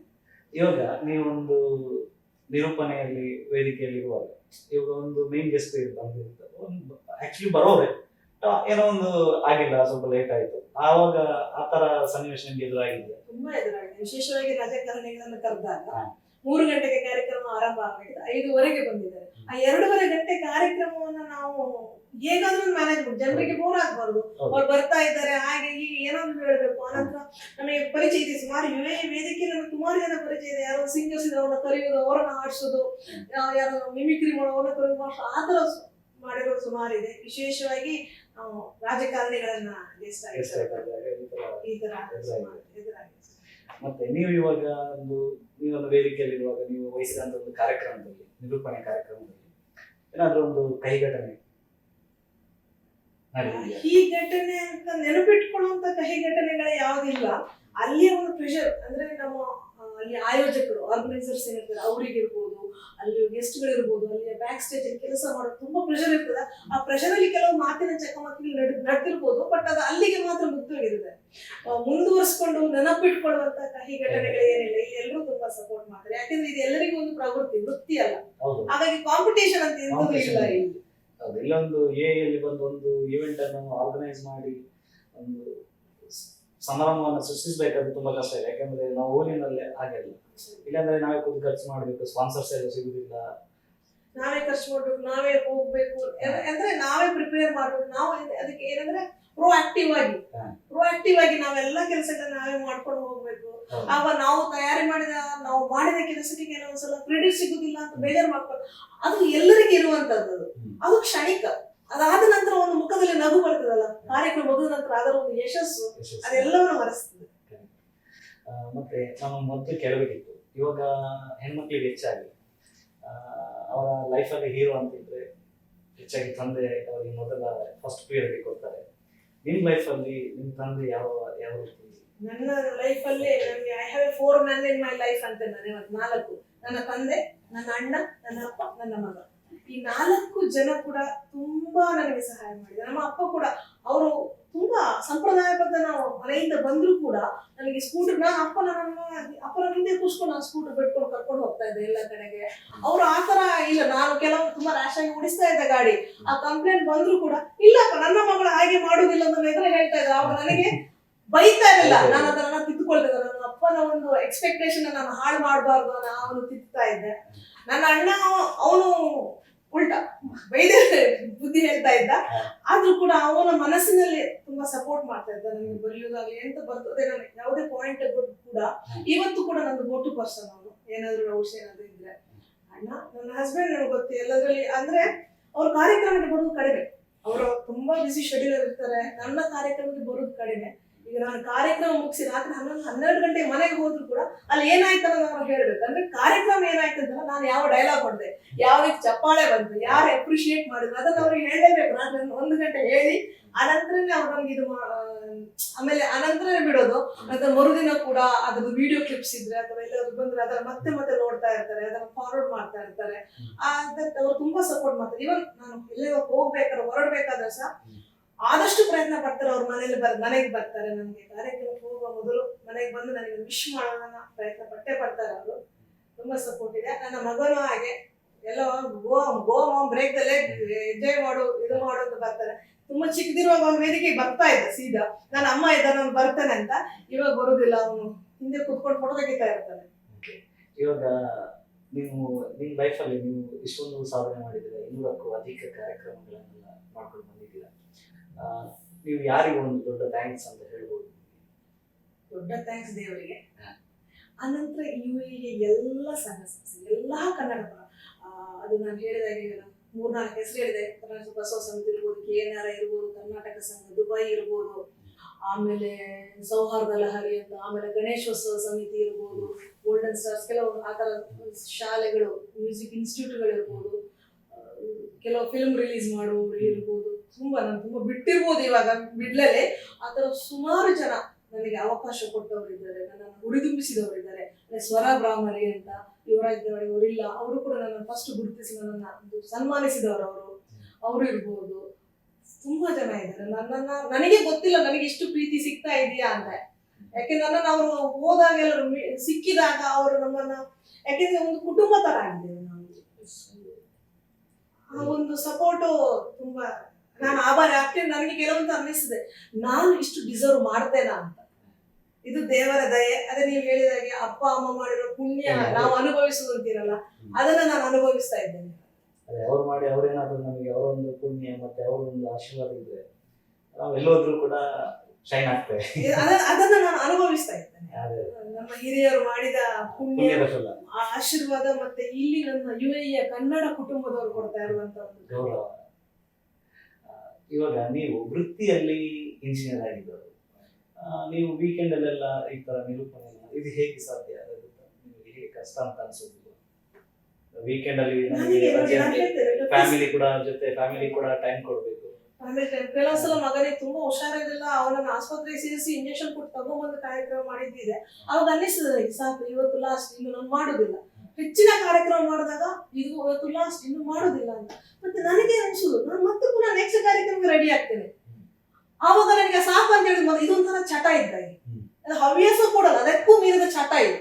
ಸಾಕು ಅಂತ ಅನ್ನಿಸ್ತದೆ, ಮತ್ತೆ ಪುನಃ ಬೇಕು ಅಂತ ಅನ್ನಿಸ್ತದೆ. ಇಲ್ಲ, ಅದು ಏನಂದ್ರೆ ಕಲೆ ಅಂದ್ರೆ ಹಾಗೆ ನಮಗೆ ನಾವು ಯಾವ್ದೋ ಒಂದು ವಿದ್ಯಾಭ್ಯಾಸ ಮಾಡಿರ್ತೇವೆ, ಯಾವ್ದೋ ಒಂದು ಫೀಲ್ಡಿಗೆ ನಮ್ಗೆ ಸಿಗಿರುತ್ತೆ, ಆದ್ರೆ ಕಲೆ ಆಗಲ್ಲ. ಅದನ್ನ ನಮ್ಮನ್ನ ಎಳಿಸ್ಕೊಂಡು ತರುತ್ತೆ. ನೀನ್ ಅಲ್ಲೇ ಅಲ್ಲ, ನೀ ಇಲ್ಲಿ ಬಾ ಅಂತ ಹಂಗೆ ಅಲ್ಲ. ನೀವು ಕೇಳಿರ್ಬೋದು, ತುಳುನಾಡಲ್ಲಿ ಒಂದು ದೇವಸ್ ಕಾಪಿಗಳಂತ ಒಳ್ಳೆ ದೊಡ್ಡ ಕಲೆ. ಅವ್ರು ಆಕ್ಚುಲಿ ಪ್ರೊಫೆಷನಲ್ ಆಗಿ ಬ್ಯಾಂಕ್ ಎಂಪ್ಲಾಯ್ ಆಗಿದ್ದವರು. ಬಟ್ ಅವರು ಇವಾಗ ನೋಡಿದ್ರೆ ಅವರು ಇವಾಗ one of the top actor ತುಳುನಾಡಲ್ಲಿ. ಒಂದು ತುಳು ಫಿಲ್ಮ್ ಅಲ್ಲಿ ಕೂಡ ಒಳ್ಳೆ ಆಕ್ಟರ್, ಡ್ರಾಮಾ ಆರ್ಟಿಸ್ಟ್, ಡೈರೆಕ್ಟರ್ ಎಲ್ಲ ಅವರೇ. ಅಂದ್ರೆ ಫಸ್ಟ್ ಅವರು ಆಕ್ಚುಲಿ ಅವ್ರು ಹೇಳ್ತಾರೆ ಒಂದು ಸ್ಪೀಚ್ ಅಲ್ಲಿ ಹೇಳುವಾಗ, ಯಾನು ಬ್ಯಾಂಕ್ ಬೇಲೆ ಬಿತ್ತಿಂದಾಂಡ ನೀಕಾನಗ ನೀತಿ ಜಂತ ಮನಸ್ಸಿಗೆಂದ ನೆಚ್ಚ ತುಳಲ್ಲಿ ಹೇಳ್ತಾರೆ. ಅದೇ ನಮ್ ಕಲೆ ಒಂದಿದ್ರೆ ನಮ್ಮ ಜೊತೆಗಿದ್ರೆ ಅದನ್ನ ನಮ್ಮ ಎಷ್ಟು ಎತ್ತರಕ್ಕೆ ಬೇಕಾದ್ರೂ ಕರ್ಕೊಂಡು ಹೋಗುತ್ತೆ. ಅದಕ್ಕೊಂದು ಬೆಸ್ಟ್ ಎಕ್ಸಾಂಪಲ್ ಅಂತ ಹೇಳ್ಬೋದು ಅವರಿಗೆ.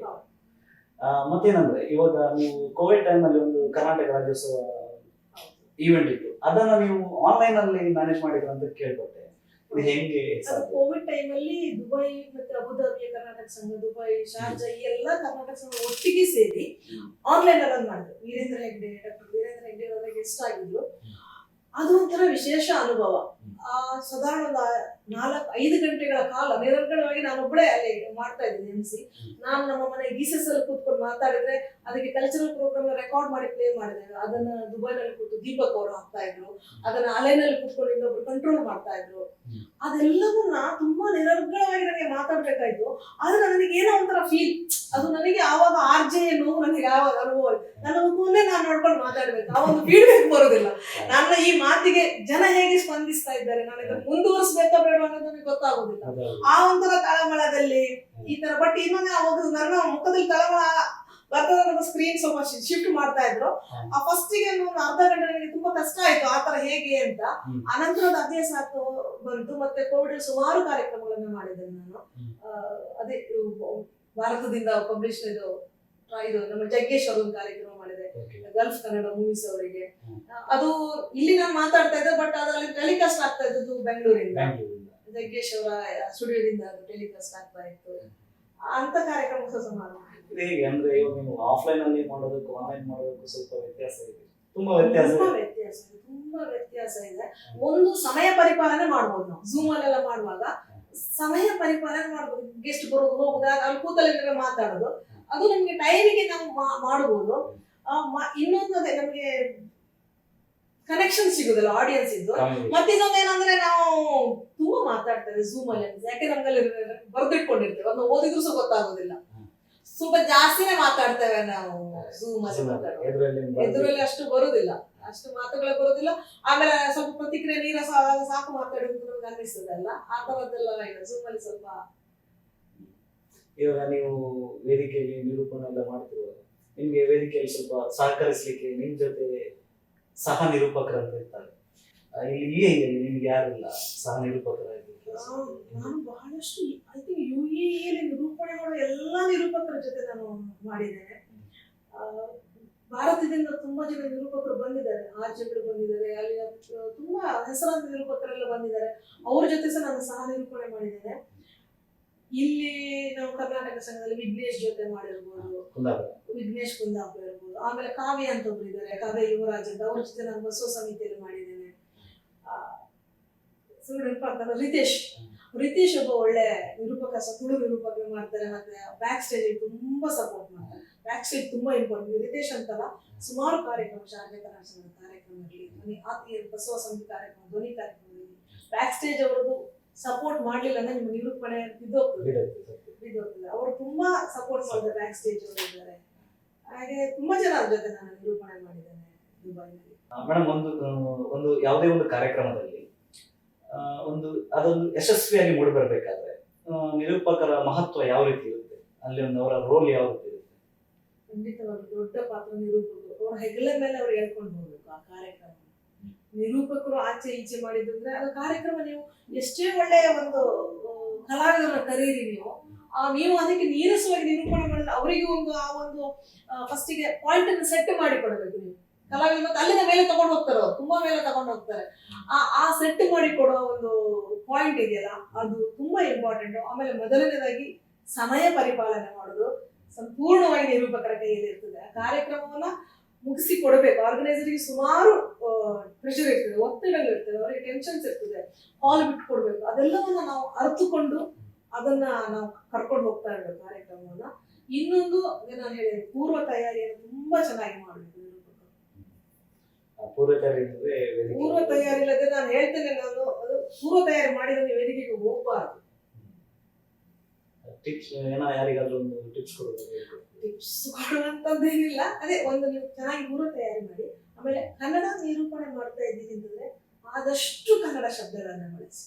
ಯಾಕೆಂದ್ರೆ ನೀವು ಕನ್ನಡ ನಿರೂಪಣೆ ಮಾಡ್ತಾ ಇರೋದು, ನೀವು ಆಂಗ್ಲ ಭಾಷೆಯಲ್ಲಿ ಇಂಗ್ಲಿಷ್ ಅಲ್ಲಿ ನಿರೂಪಣೆ ಮಾಡುವಾಗ ನೀವು ಕನ್ನಡ ಶಬ್ದವನ್ನು ಹಾಕಿ ಅಂತ ಹಾಕ್ಲಿಕ್ಕೆ ಆಗುದಿಲ್ಲ. ಆದಷ್ಟು ಕನ್ನಡ ಶಬ್ದ. ತುಳುವಲ್ಲಿ ನಿರೂಪಣೆ ಮಾಡ್ತಿರೋದು ಆದಷ್ಟು ತುಳು. ಅದಕ್ಕೆ ನಾನು ತುಳು ಮಾತಾಡ್ತಾನೆ. ನಾನು ಒಂದೇ ಒಂದು ತುಳು ಕಾರ್ಯಕ್ರಮ 200ಕ್ಕೂ ಹೆಚ್ಚು ಕನ್ನಡ ಕಾರ್ಯಕ್ರಮ ಅಂದ್ರೆ ಒಂದೇ ಒಂದು ತುಳು ಕಾರ್ಯಕ್ರಮ ಮಾಡಿದ್ದು, ಅದು ಗಮ್ಮತ್ ಕಲಾವಿದರು ನಾಟಕದ ನಿರೂಪಣೆ ಮಾಡಿದ್ದು. ಯಾಕೆಂದ್ರೆ ನನಗೆ ತುಳು ಮಾತಾಡ್ತೇನೆ, ವೇದಿಕೆಯ ತುಳು ಇಲ್ಲ, ನನಗೆ ಆ ಲೆವೆಲ್ ಇಂದ ತುಳು ಬರುವುದಿಲ್ಲ. ಅದಕ್ಕೆ ನಾನು ಅದನ್ನು ಹಿಂಜರಿತಾ ಇದ್ದೇನೆ. ಯಾಕೆ ನಿಮಗೆ ಸ್ಪಷ್ಟವಾಗಿ ನನಗೆ ಕೆಲವು ಶಬ್ದಗಳು ಮಾತ್ರ ಗೊತ್ತು. ಅದೇ ಶಬ್ದಗಳಲ್ಲಿ ಆಡುವಾಗ ಜನರಿಗೆ ಬೋರ್ ಆಗ್ತದೆ. ಅದೇ ನಿರೂಪಣೆ ನೀವು ಕನ್ನಡದಲ್ಲಿ ಮಾಡುವಾಗ ಸಹ ಎಲ್ಲಾ ಸ್ಟೇಜ್ ಅಲ್ಲಿ ಬೇರೆ ಬೇರೆ ವಿಷಯ ತಗೊಂಡು ಹೋಗಿ ಅದನ್ನೇ ಮಾತಾಡ್ತಾರೆ, ನಿಮ್ಗೆ ಗೊತ್ತಾಗ್ತದೆ. ನಿಮಗಿಂತ ಮೊದಲು ಆಡಿಯನ್ಸ್ ಹೇಳ್ತಾರೆ ನೀವು ಎಂತ ಮಾತಾಡ್ತೀರಿ ಇವಾಗ ಅಂತ. ಹಾಗೆ ನೀವು ವಿಷಯಗಳನ್ನ ಟಾಪಿಕ್ಗಳನ್ನ ರಿಪೀಟ್ ಮಾಡಬಾರ್ದು. ಆದಷ್ಟು ಹೊಸ ವಿಷಯಗಳನ್ನ ತಗೊಂಡು ಹೋಗಿ ಸರಿಯಾದ ಉಚ್ಚಾರ ಕಲೀರಿ. ಹಾ ಮತ್ತೆ ಆಕೆ ವ್ಯತ್ಯಾಸ ಇದೆ, ತುಂಬಾ ಆಭಾಸ ಆಗ್ತದೆ. ದೊಡ್ಡ ನಿರೂಪಕರು ಏನು ಉಪಯೋಗಿಸ್ತಾರೆ ಅದು ತುಂಬಾ ಆಭಾಸ ಆಗ್ತದೆ. ಉಚ್ಚಾರಗಳು ಹಾ ನ ಲ ನ ಆ ಉಚ್ಚಾರಗಳೆಲ್ಲ ಅದನ್ನ ಒಂದು ನೀವು ಅಭ್ಯಾಸ ಮಾಡಿ, ಮನೆಯಲ್ಲಿ ನೀವು ಅಭ್ಯಾಸ ಮಾಡಿ ಮಾತಾಡಿ ಹೇಗೆ ಬರ್ತದೆ ಅದನ್ನ. ಹಾಗಾಗಿ ತುಂಬಾ ನೀವು ಪೂರ್ವ ತಯಾರಿ ಮಾಡಬೇಕು. ಕನ್ನಡಿ ಮುಂದೆ ನಿಂತ್ಕೊಂಡು ಮಾತಾಡಿ ಅಥವಾ ನಿಮ್ಮ ವಾಯ್ಸ್ ಅನ್ನು ನೀವೇ ರೆಕಾರ್ಡ್ ಮಾಡಿ ಕೇಳಿ. ಯಾಕೆಂದ್ರೆ ಅದು ತುಂಬಾ ದೊಡ್ಡ ಶಿಕ್ಷೆ. ನಿಮ್ಮ ವಾಯ್ಸ್ ಅನ್ನು ನೀವೇ ಕೇಳೋದಿಲ್ಲ, ದೊಡ್ಡ ಶಿಕ್ಷೆ ಅದು. ಯಾಕೆಂದ್ರೆ ಪ್ರಿಪರೇಷನ್ ಬೇಕು. ಯಾಕೆಂದ್ರೆ ಒಂದು ಔಟ್ಪುಟ್ ನಮಗೆ ಒಳ್ಳೆ ರೀತಿ ಸಿಗ್ಬೇಕು, ಕೇಳೋರಿಗೆ ಸ್ವಲ್ಪ ಹಿಂಪಾಗಿರ್ಬೇಕು, ಮಾತು ಕೂಡ ಅಷ್ಟೇ ಹಿಂಪಾಗಿ ಕೇಳಬೇಕು. ಹಾಗೆ ಮೇಡಮ್, ನೀವು 200ಕ್ಕೂ ಅಧಿಕ ಕಾರ್ಯಕ್ರಮಗಳನ್ನ ನಿರೂಪಣೆ ಮಾಡ್ಕೊಂಡು ಬಂದಿದ್ದೀರಾ. ನಿಮ್ದು ಅದೆಷ್ಟು ಗೌರವ ಸನ್ಮಾನಗಳು ನಿಮ್ಮ ಪಾಲಿಗೆ ಬಂದಿದೆ? ಯಾವ್ದಾದ್ರು ಒಳ್ಳೆ ಒಂದು ವೇದಿಕೆ ನೆನಪಿಸ್ಕೊಳ್ಬೋದು? ಅಂದ್ರೆ ನಿರೂಪಣೆ ಮಾಡುವಾಗ ನಮಗೆ ಪ್ರತಿಯೊಂದು ಕಾರ್ಯಕ್ರಮದಲ್ಲಿ ಅವರೊಂದು ಧನ್ಯವಾದ ಹೇಳಿ ನಮಗೆ ಒಂದು ಗೌರವಿಸ್ತಾರೆ. ನಮಗೆ ಅದೇ ನಮ್ಮ ಅಂದ್ರೆ ಯಾವುದೇ ಅಪೇಕ್ಷೆ ಇಲ್ಲದೆ ನಾವು ಮಾಡುವ ಕಾರ್ಯಕ್ರಮಗಳಿದು. ಅದೇ ಅವರ ಗೌರವ ನಮಗೆ ತುಂಬಾ ಕೊಟ್ಟಾಗ ಖುಷಿ ಆಗ್ತದೆ, ಇನ್ನಷ್ಟು ಹುರುಪು ಮೂಡ್ತದೆ. ಅದೇ ನನಗೆ ಮೊದಲು ಆತರ ಸನ್ಮಾನ ಅಂತೆಲ್ಲ ಮಾಡಿದ್ರು ಬಸವ ಸಮಿತಿಯವರು ಮಾಡಿದ್ದಾರೆ. ಆಮೇಲೆ ಅದೇ ಸ್ವರ ಬ್ರಾಹ್ಮಣಿ ಯುವರಾಜ್ ಅವರು, ಅವರನ್ನು ಮೊದಲು ಪ್ರಾಪರ್ ಆಗಿ ಕೂರಿಸಿ ಎಲ್ಲ ಸನ್ಮಾನ ಮಾಡಿದ್ರು. ನಂತರ ಕರ್ನಾಟಕ ಸಂಘ ಶಾರ್ಜಾ, ಅದೇ ನಾನು ಹೇಳಿದ 8 ವರ್ಷದಿಂದ ನನಗೆ ಅವಕಾಶ ಕೊಡ್ತಾ ಇದ್ರು. ಅದೊಂಥರ ಮಾತೃ ಸಂಸ್ಥೆ ತರ ನನಗೆ. ಅವರು ಕೂಡ ಕಳೆದ ವರ್ಷ ಕನ್ನಡ ಸೇವೆಯನ್ನು ಪರಿಗಣಿಸಿ ಒಂದು ಗೌರವ ಪುರಸ್ಕಾರವನ್ನು ಮಾಡಿದ್ರು. ಈ ನನ್ನ ಕುಟುಂಬವನ್ನೆಲ್ಲ ಕೂರಿಸಿ ಅವರೊಂದು ಗೌರವ ಪುರಸ್ಕಾರ ಮಾಡಿದ್ರು. ಖುಷಿ ಆಗ್ತದೆ ಅವರನ್ನ. ಅಂದ್ರೆ ಮತ್ತೆ ಇನ್ನೊಂದು ವಿಶೇಷ ಏನಂದ್ರೆ ಆ ಪುರಸ್ಕಾರ ಮಾಡುವಾಗ ನನಗೆ ಯಾರೆಲ್ಲ ಅವಕಾಶ ಕೊಟ್ಟಿದ್ದಾರೆ ಅಂತ ಎಲ್ಲಾ ಘಟಾನುಘಟಿಗಳ ವೇದಿಕೆಯಲ್ಲಿ ನಿಂತಿದ್ರು. ಅವರ ಸಮ್ಮುಖದಲ್ಲಿ ಅವರು ಕೊಟ್ಟ ಒಂದು ಅವಕಾಶದ ಅವರ ಆಶೀರ್ವಾದವನ್ನ ನಾನು, ಅದರ ಪ್ರತಿಫಲವನ್ನು ನಾನು ಪಡೆದಿದ್ದೇನೆ. ಇವಾಗ ನೀವೊಂದು ಕಲಾವಿದೆಯಾಗಿ ನಿರೂಪಣೆ ಜೊತೆಗೆ ಒಂದು ವರದಿಗಾರ್ತಿಯಾಗಿ ಕೆಲಸ ಮಾಡಿದ್ರು. ಆದಷ್ಟು ಪ್ರತಿಷ್ಠಿತ ಪತ್ರಿಕೆಗಳಲ್ಲಿ ನಿಮ್ಮ ವರದಿಗಳಾಗಿ ಒಂದಷ್ಟು ಈ ನಿರೂಪಣೆಯನ್ನ ಬದಿಗಿಟ್ಟು ಸ್ವಲ್ಪ ವರದಿ ವಿಚಾರಕ್ಕೆ ಬರೋಣ. ಇವತ್ತು ಒಂದು ಸ್ವಲ್ಪ ವಿಚಾರಧಾರೆಗಳ ಬಗ್ಗೆ ಮಾತಾಡೋಣ. ಇವತ್ತಿನ ಜಗತ್ತಿನಲ್ಲಿ ಎಲ್ಲರೂ ತುಂಬಾ ಒತ್ತಡದಿಂದ ಇರ್ತಾರೆ. ಖುಷಿಯಾಗಿರ್ಬೇಕಂದ್ರೆ ಏನ್ ಮಾಡ್ಬೇಕು? ಮನುಷ್ಯ ಜೀವನ ಖುಷಿಯಾಗಿರ್ಬೇಕಾದ್ರೆ ಜಾಸ್ತಿ ಅಪೇಕ್ಷೆ ಇರಬಾರ್ದು. ನಾನು ಲೈಫಲ್ಲಿ ತುಂಬಾ ಯಾವತ್ತು ಫನ್ ಲವಿಂಗ್ ಆಗಿರ್ತೇನೆ, ಖುಷಿಯಾಗಿರ್ತೇನೆ. ಜಾಸ್ತಿ ಜೀವನದಲ್ಲಿ ಆಗುವುದೆಲ್ಲವೂ ಒಳ್ಳೆಯದಕ್ಕೆ. ನಮಗೆ ಏನು ಆಗದಿದ್ರು ಕೂಡ ಅದು ಕೂಡ ಒಳ್ಳೆಯದಕ್ಕೆ. ತಡವಾಗಿ ಏನಾದ್ರು ಆಗ್ತಾ ಇದೆ ಅಂದ್ರೆ ಅದೊಂದು ಅದ್ಭುತ ನಡೀಲಿಕ್ಕಿದೆ ಅನ್ನೋ ಒಂದು ಯೋಚನೆ ನಮ್ಮಲ್ಲಿ ಇರಬೇಕು. ಆಗುದೆಲ್ಲವೂ ಒಳ್ಳೆಯದಕ್ಕೆ, ಅದನ್ನು ಲೈಟ್ ಆಗಿ ತಗೊಳ್ಳಿ. ಇವಾಗ ನೀವು ಗಾಡಿಯಲ್ಲಿ ಹೋಗ್ತಾ ಇತ್ತು, ನಿಮ್ಗೆ ಗಾಡಿಗೆ ಏನಾದ್ರು ಆಯ್ತು, ಆಕ್ಸಿಡೆಂಟ್ ಆಯ್ತು ಅಂದ್ರೆ ನೀವಲ್ಲಿ ಟೆನ್ಷನ್ ಮಾಡಿ ಪ್ರಯೋಜನ. ಮುಂದೆ ಏನ್ ಮಾಡ್ಬೇಕು ಅದನ್ನ ಯೋಚನೆ ಮಾಡ್ತಾ ಹೋಗ್ಬೇಕು. ನಾನು ಪರ್ಸನ್ ಆಫ್ ಕರೆಂಟ್, ಇವತ್ತಿನ ಬಗ್ಗೆ ಮಾತ್ರ ಯೋಚನೆ ಮಾಡು. ನಾನು ಹಿಂದಿನ ಬಗ್ಗೆ ಜಾಸ್ತಿ ದುಃಖಿಸುವುದಿಲ್ಲ, ಮುಂದಿನ ಬಗ್ಗೆ ಜಾಸ್ತಿ ಯೋಚನೆ ಮಾಡೋದಿಲ್ಲ. ಅದು ಒಂದು ನಂದು ಪಾಲಿಸಿ. ನೀವು ಒಂದು ವೈದಿಕ ಪರಂಪರೆಯಿಂದ ಬಂದವರು. ಆ, ಈ ಭಗವದ್ಗೀತೆಯಲ್ಲಿ ನಮ್ಮ ಜೀವನದಲ್ಲಿ ಯಾವ ರೀತಿ ಅಳವಡಿಸಬೇಕು? ನಾನು ವೈದಿಕ ಪರಂಪರೆಯಿಂದ ಬಂದಿದ್ದೆ, ನಮ್ಮ ಮನೆಯಿಂದ ಬಂದಿದ್ದೆ. ಕೋಶ ಜಾಸ್ತಿ ಓದ್ಲಿಲ್ಲ, ದೇಶದೇ ಜಾಸ್ತಿ ಸುತ್ತಿದ್ದು. ಭಗವದ್ಗೀತೆಯನ್ನ ಓದಿ ತಿಳಿದು ಹೇಳುವಷ್ಟು ನಾನೇನು ಕಲ್ತಿಲ್ಲ ಅದರ ಬಗ್ಗೆ. ಬಟ್ ಅದರ ಒಂದು ಸಾರದಲ್ಲಿ ನಮ್ಮ ಜೀವನ, ಎಲ್ಲರ ಜೀವನ, ನಮ್ಮೆಲ್ಲರ ಜೀವನ ಕೂಡ ನಡೀತಿದೆ. ಅದೇ ಹೇಳ್ತಾರೆ, ಕರ್ಮಣ್ಯವಾಧಿಕಾರಸ್ತೆ ಮಾ ಫಲೇಷು ಕದಾಚನ, ಅಂದ್ರೆ ನಿನ್ನ ಕೆಲಸವನ್ನ ಮಾಡು, ಪ್ರತಿಫಲವನ್ನ ನಿರೀಕ್ಷಿಸಬೇಡ ಅಂತ. ಅದು ನಮ್ಮ ಇವತ್ತಿನ ಜೀವನಕ್ಕಿಲ್ಲ. ನೀನು ಇವಾಗ ಕೆಲಸ ಮಾಡು, ಸಂಬಳ ಕೊಡುದಿಲ್ಲ ಅಂತ ಹೇಳಿದ್ರೆ ಅದಾಗುದಿಲ್ಲ. ಆದ್ರೆ ನಿನ್ನ ಪ್ರತಿಫಲ ನಿನ್ನ ಕೆಲಸಕ್ಕೆ ತಕ್ಕಷ್ಟು ಮಾತ್ರ. ನೀನು ಪ್ರತಿಫಲ ನಿಮ್ಗೆ ಇಷ್ಟೇ ಸಿಗುದು ಅಂತ ಹೇಳಿ ಕೆಲಸವನ್ನ ಅಷ್ಟೇ ಮಾಡೋದಲ್ಲ. ನಿನ್ನ ಕೆಲಸವನ್ನ ನೀವು 100% ಮಾಡಿ. ನಿಮಗೆ ಸಿಕ್ಕ ಪ್ರತಿಫಲ ನಿಮ್ಮ ಜೀವನಕ್ಕೆ ಅಥವಾ ನಿಮ್ಮ ಇದಕ್ಕೆ ಇರಬಹುದು. ಬಟ್ ನಾವು ಯಾವುದೇ ಕೆಲಸ ಅದರ ಪ್ರತಿಫಲದ ಅಪೇಕ್ಷೆಯಿಂದ ಮಾಡಬಾರ್ದು. ನೀವು ಯಾವತ್ತು ಯಾವುದೇ ನೀವು ನಿರೂಪಣೆ ಮಾಡಿ 100% ಮಾಡಿ. ನೀವು ಒಂದು ಪ್ರಾಜೆಕ್ಟ್ ಸಬ್ಮಿಟ್ ಮಾಡಿ 100% ಮಾಡಿ. ನಿಮಗೆ ಅದರಲ್ಲಿ ಜಾಸ್ತಿ ದುಡ್ಡು ಸಿಗ್ತದೆ, ಅದಕ್ಕೆ ಸ್ವಲ್ಪ ಜಾಸ್ತಿ ಪ್ರಿಫರೆನ್ಸ್, ಇದರಲ್ಲಿ ಕಮ್ಮಿ ಸಿಗ್ತದೆ, ಇದರಲ್ಲಿ ಕಮ್ಮಿ ಅಂತ ಅಲ್ಲ. ನಿಮ್ಮ ಪರಿಶ್ರಮವನ್ನ ಎಲ್ಲಾ ವಿಷಯದಲ್ಲೂ ಕೂಡ ನೀವು ಮಾಡುವಾಗ ಇನ್ವಾಲ್ವ್ ಆದ್ರೆ 100% ಇನ್ವಾಲ್ವ್ ಆಗಬೇಕು. ಇವಾಗ ಇವತ್ತಿನ ಒಂದು ವಿದ್ಯಾರ್ಥಿಗಳ ಜೀವನದ ಬಗ್ಗೆ ಮಾತಾಡೋದು, ಸಣ್ಣ ಸಣ್ಣ ವಿಷಯಕ್ಕೂ ಕೂಡ ಒಂದು ಜೀವನ ಮುಗಿದೇ ಹೋಯಿತು ಅನ್ನುವಂತಹ ಒಂದು ದಾರಿ ನಡೆಯುವಂಥ ಕಾಲಘಟ್ಟದಲ್ಲಿ ನಾವಿದ್ದೇವೆ. ಸೊ ನಿಮ್ಮ ಕಡೆಯಿಂದ ಏನು ಹೇಳ್ತೀರಾ ಅಂತ? ಅದು ನಿಜಕ್ಕೂ ನಾವು ಬೇರೆ ವಿದ್ಯಾರ್ಥಿಗಳು ನಮ್ಮ ನನ್ನ ಮಗನೇ ತಗೊಂಡ್ರು ಕೂಡ ಅವ್ನು 1 ಮಾರ್ಕ್ಸ್ ಕಮ್ಮಿ ಆದ್ರೆ ಅಳ್ಳಿಕ್ಕೆ ಶುರು ಮಾಡ್ತಾರೆ. ಅದು ಕೂಡ ಎಂತ 99 ಬಂದ್ರೆ 100 ಬರ್ಬೇಕು ಅನ್ನೋ ಎಕ್ಸ್ಪೆಕ್ಟೇಷನ್. ಅವನಿಗೆ ನಾವು ಎಷ್ಟು ಹೇಳಿದ್ರೆ ಆ ಮಕ್ಕಳ ಇದರಲ್ಲಿ ಆ ಒಂದು ಕಾಂಪಿಟೇಷನ್ ಅಂದ್ರೆ ಈ ತರದ್ದು ಮಾರ್ಕ್ಸ್ ಅಂತ. ಬದುಕು ಅದಲ್ಲ. ನೀವು ಶಾಲೆಗೆ ಹೋಗಿ ಫೇಲ್ ಆದ್ರೂ ಕೂಡ ಬದುಕಲ್ಲಿ ಪಾಸ್ ಆಗ್ಬೇಕು. ಅದನ್ನ ನಾವು ಅಳವಡಿಸ್ಕೊಳ್ಳಿಕ್ಕೆ ಬಹುಶಃ ನಾವು ಆಸ್ ಎ ಪೇರೆಂಟ್ ನಾವು ಫೇಲ್ ಆಗ್ತಾ ಇದ್ದೇವೆ. ನಮ್ಮ ಪೇರೆಂಟ್ಸ್ ನಮಗೆ ಇಷ್ಟೊಂದು ಸ್ಪರ್ಧಾತ್ಮಕವಾಗಿ ಬೆಳೆಸಲಿಲ್ಲ. ನಾವು ನಮ್ಮ ಜೀವನದಲ್ಲಿ, ನಮ್ಮ ವಿದ್ಯಾರ್ಥಿ ಜೀವನ ಬಿಟ್ಟು ನಮ್ಮ ಒಂದು ವೃತ್ತಿ ಜೀವನದಲ್ಲಿ ಕೂಡ ಸ್ಪರ್ಧೆಗೆ ಬಿದ್ದಿದ್ದೇವೆ. ಆದ್ರಿಂದ ಬಹುಶಃ ಈ ಮಕ್ಕಳ ಈ ಇದಕ್ಕೆ ಆಸ್ ಎ ಪೇರೆಂಟ್ ನಾವು ಫೇಲ್ ಆಗ್ತಾ ಇರೋದೇ ಕಾರಣ ಅಂತ ಅನಿಸ್ತದೆ. ಪೇರೆಂಟ್ ಪ್ರೆಷರ್ ಆಗ್ತಾ ಇದ್ದೇವೆ. ನಾವು ಸಮಯ ಕೊಡ್ತಾ ಇಲ್ಲ. ನಾವು ನನ್ಗೆ ತುಂಬಾ ಟೆನ್ಷನ್ ಇದೆ, ಈಗ ಮಾತಾಡ್ಬೇಡ, ನನಗೆ ಇದೊಂದು ಪ್ರಾಜೆಕ್ಟ್ ಸಬ್ಮಿಟ್ ಆಗಿ ನಮ್ಮ ಬಾಯಲ್ಲಿ ಸಹ ಬರ್ತದೆ, ನಮ್ಮ ಮಕ್ಕಳಿಗೆ ಸಹ ಬರ್ತದೆ, ನನಗೆ ತುಂಬಾ ಟೆನ್ಷನ್ ಇದೆ, ಮಾತಾಡ್ಬೇಡ, ಪ್ರೆಷರ್ ಆಗ್ತದೆ, ಮಾತಾಡ್ಬೇಡ ಅಂದ್ರೆ ಇದೇ ಒಂದು ಜೀವನ ಅಂತ ಅನ್ಕೊಂಡ್ ಬಿಡ್ತೇವೆ. ಇವಾಗ ನಮ್ಮದು ಅವಿಭಕ್ತ ಕುಟುಂಬ ಇಲ್ಲ, ನಮ್ಮ 3 ಜನ 4 ಜನದ ಕುಟುಂಬಗಳು. ಸಮಯ ಅಂದ್ರೆ ನಾವು ನಮ್ಮ ಒಡನಾಡಿಗಳಂದ್ರೆ ನಮ್ಮ ಗ್ಯಾಜೆಟ್ಸ್ ಹಾಗಾಗಿದೆ ಇವಾಗ. ಮದುವೆ ಮತ್ತು ಬದುಕು, ಈ 3 ಅಕ್ಷರದ ಪದಕ್ಕೆ ಒಂದೊಳ್ಳೆ ಆಗ್ತಾ ಇದೆ. ಮದುವೆ ಎಲ್ಲರ ಜೀವನದಲ್ಲೂ ಪ್ರಮುಖ ಘಟ್ಟ. ನಿಮ್ಮ ಅದಾದ್ಮೇಲೆ ಮೇಲೆ ಸಹ ಹೋಗ್ಬೋದು, ಕೆಳಗೆ ಸಹ ಹೋಗ್ಬೋದು, ಹಾಗೆ ಸಹ ಇರ್ಬೋದು. ಅದೊಂದು ಪ್ರಮುಖ ಘಟ್ಟ. ಮತ್ತೆ ಹೇಳ್ತಾರೆ ಅದು ಸ್ವರ್ಗದಲ್ಲಿ ನಿಗದಿ ಆಗುವುದು ಮದುವೆ ಅಂತ. ನಾನು ಅದನ್ನು ನಂಬ್ತೇನೆ, ಒಪ್ತೇನೆ. ಯಾಕೆಂದ್ರೆ ನನ್ನ ಅನುಭವದ ಪ್ರಕಾರ ನಾನು ಅದನ್ನು ಒಪ್ತೇನೆ. ಮತ್ತೆ ಮದುವೆ ಅಂದ್ರೆ 2 ಸ್ವತಂತ್ರ ವ್ಯಕ್ತಿಗಳು ಅಥವಾ ವ್ಯಕ್ತಿತ್ವಗಳು ಒಟ್ಟಿಗೆ ಬದುಕುದು. ಸೊ ನೀವು ಒಬ್ಬರಿ ಮೇಲೆ ಒಬ್ಬರು ದಬ್ಬಾಳಿಕೆ ಮಾಡ್ಲಿಕ್ಕೆ ಹೋದ್ರೆ ಅದು ಸೊಫಿಕೇಟ್ ಆಗ್ತದೆ, ನಿಮಗೆ ಮುಂದೆ ಹೋಗುದಿಲ್ಲ. ಇವಾಗ ನೀವು ಒಬ್ಬ ವ್ಯಕ್ತಿ, ನಿಮ್ಮ ಒಂದು ಅಭಿವ್ಯಕ್ತಿ ಇರ್ತದೆ, ನಿಮ್ಮದೊಂದು ಸ್ವಾತಂತ್ರ್ಯ ಇರ್ತದೆ, ನಿಮ್ಮ ಇನ್ನೊಬ್ಬ ವ್ಯಕ್ತಿ ಅವರದೊಂದು ಸ್ವಾತಂತ್ರ್ಯ ಇರ್ತದೆ. ಅವರ ಮೇಲೆ ನೀವು ನಿಮ್ಮ ಸ್ವಾತಂತ್ರ್ಯವನ್ನು ದಬ್ಬಾಳಿಕೆ ಮಾಡ್ಲಿಕ್ಕೆ ಹೋಗ್ಬಾರ್ದು. ಪ್ಯಾರಲಲ್ ಆಗಿ ಹೋಗ್ತಾ ಇರಬೇಕು ಜೀವನ. ಅದು ನಿಮ್ಮ ವೈಯಕ್ತಿಕ ಬದುಕಿಗೆ ಎಲ್ಲೂ ಸಹ ಹಾನಿ ಆಗದಾಗೆ ಪ್ಯಾರಲಲ್ ಆಗಿ ಜೀವನ ಹೋಗ್ತಾ ಇದ್ರೆ ತುಂಬಾ ಚೆನ್ನಾಗಿರ್ತದೆ ಬದುಕು.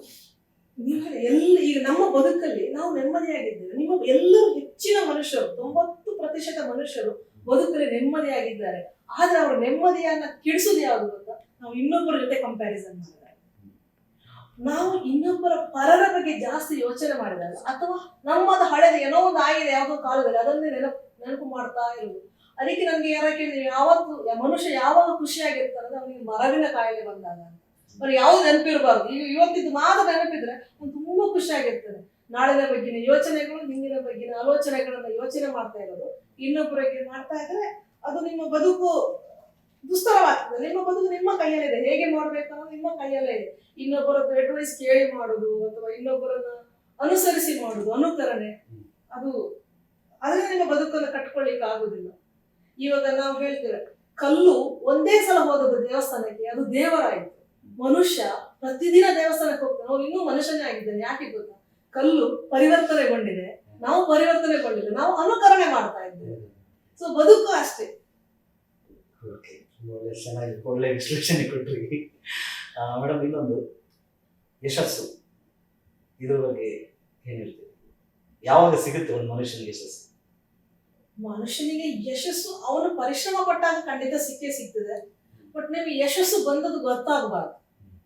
ಅದು ಇನ್ನೊಬ್ರು ಗುರುತಿಸ್ಬೇಕು, ಇವಳು ಯಶಸ್ವಿ ಅಥವಾ ಇವನು ಯಶಸ್ವಿಯಾಗಿದ್ದಾನೆ ಅಂತ.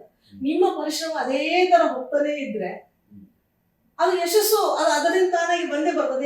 ಎಲ್ಲಿಗೆ ಸಹ ಹೋಗುದಿಲ್ಲ. ಅದೇ ಹೇಳ್ತಾರೆ, ದೇವರು ಯಾರಿಗೂ ಸಹ ಅನ್ಯಾಯ ಮಾಡೋದಿಲ್ಲ, ತಡ ಮಾಡಬಹುದು ಅಷ್ಟೇ ಬಿಟ್ಟು ಅನ್ಯಾಯ ಯಾರಿಗೂ ಮಾಡೋದಿಲ್ಲ. ನಿಮ್ಮ ಪರಿಶ್ರಮ ಪ್ರತಿಫಲ ಸಿಕ್ಕೇ ಸಿಗ್ತದೆ.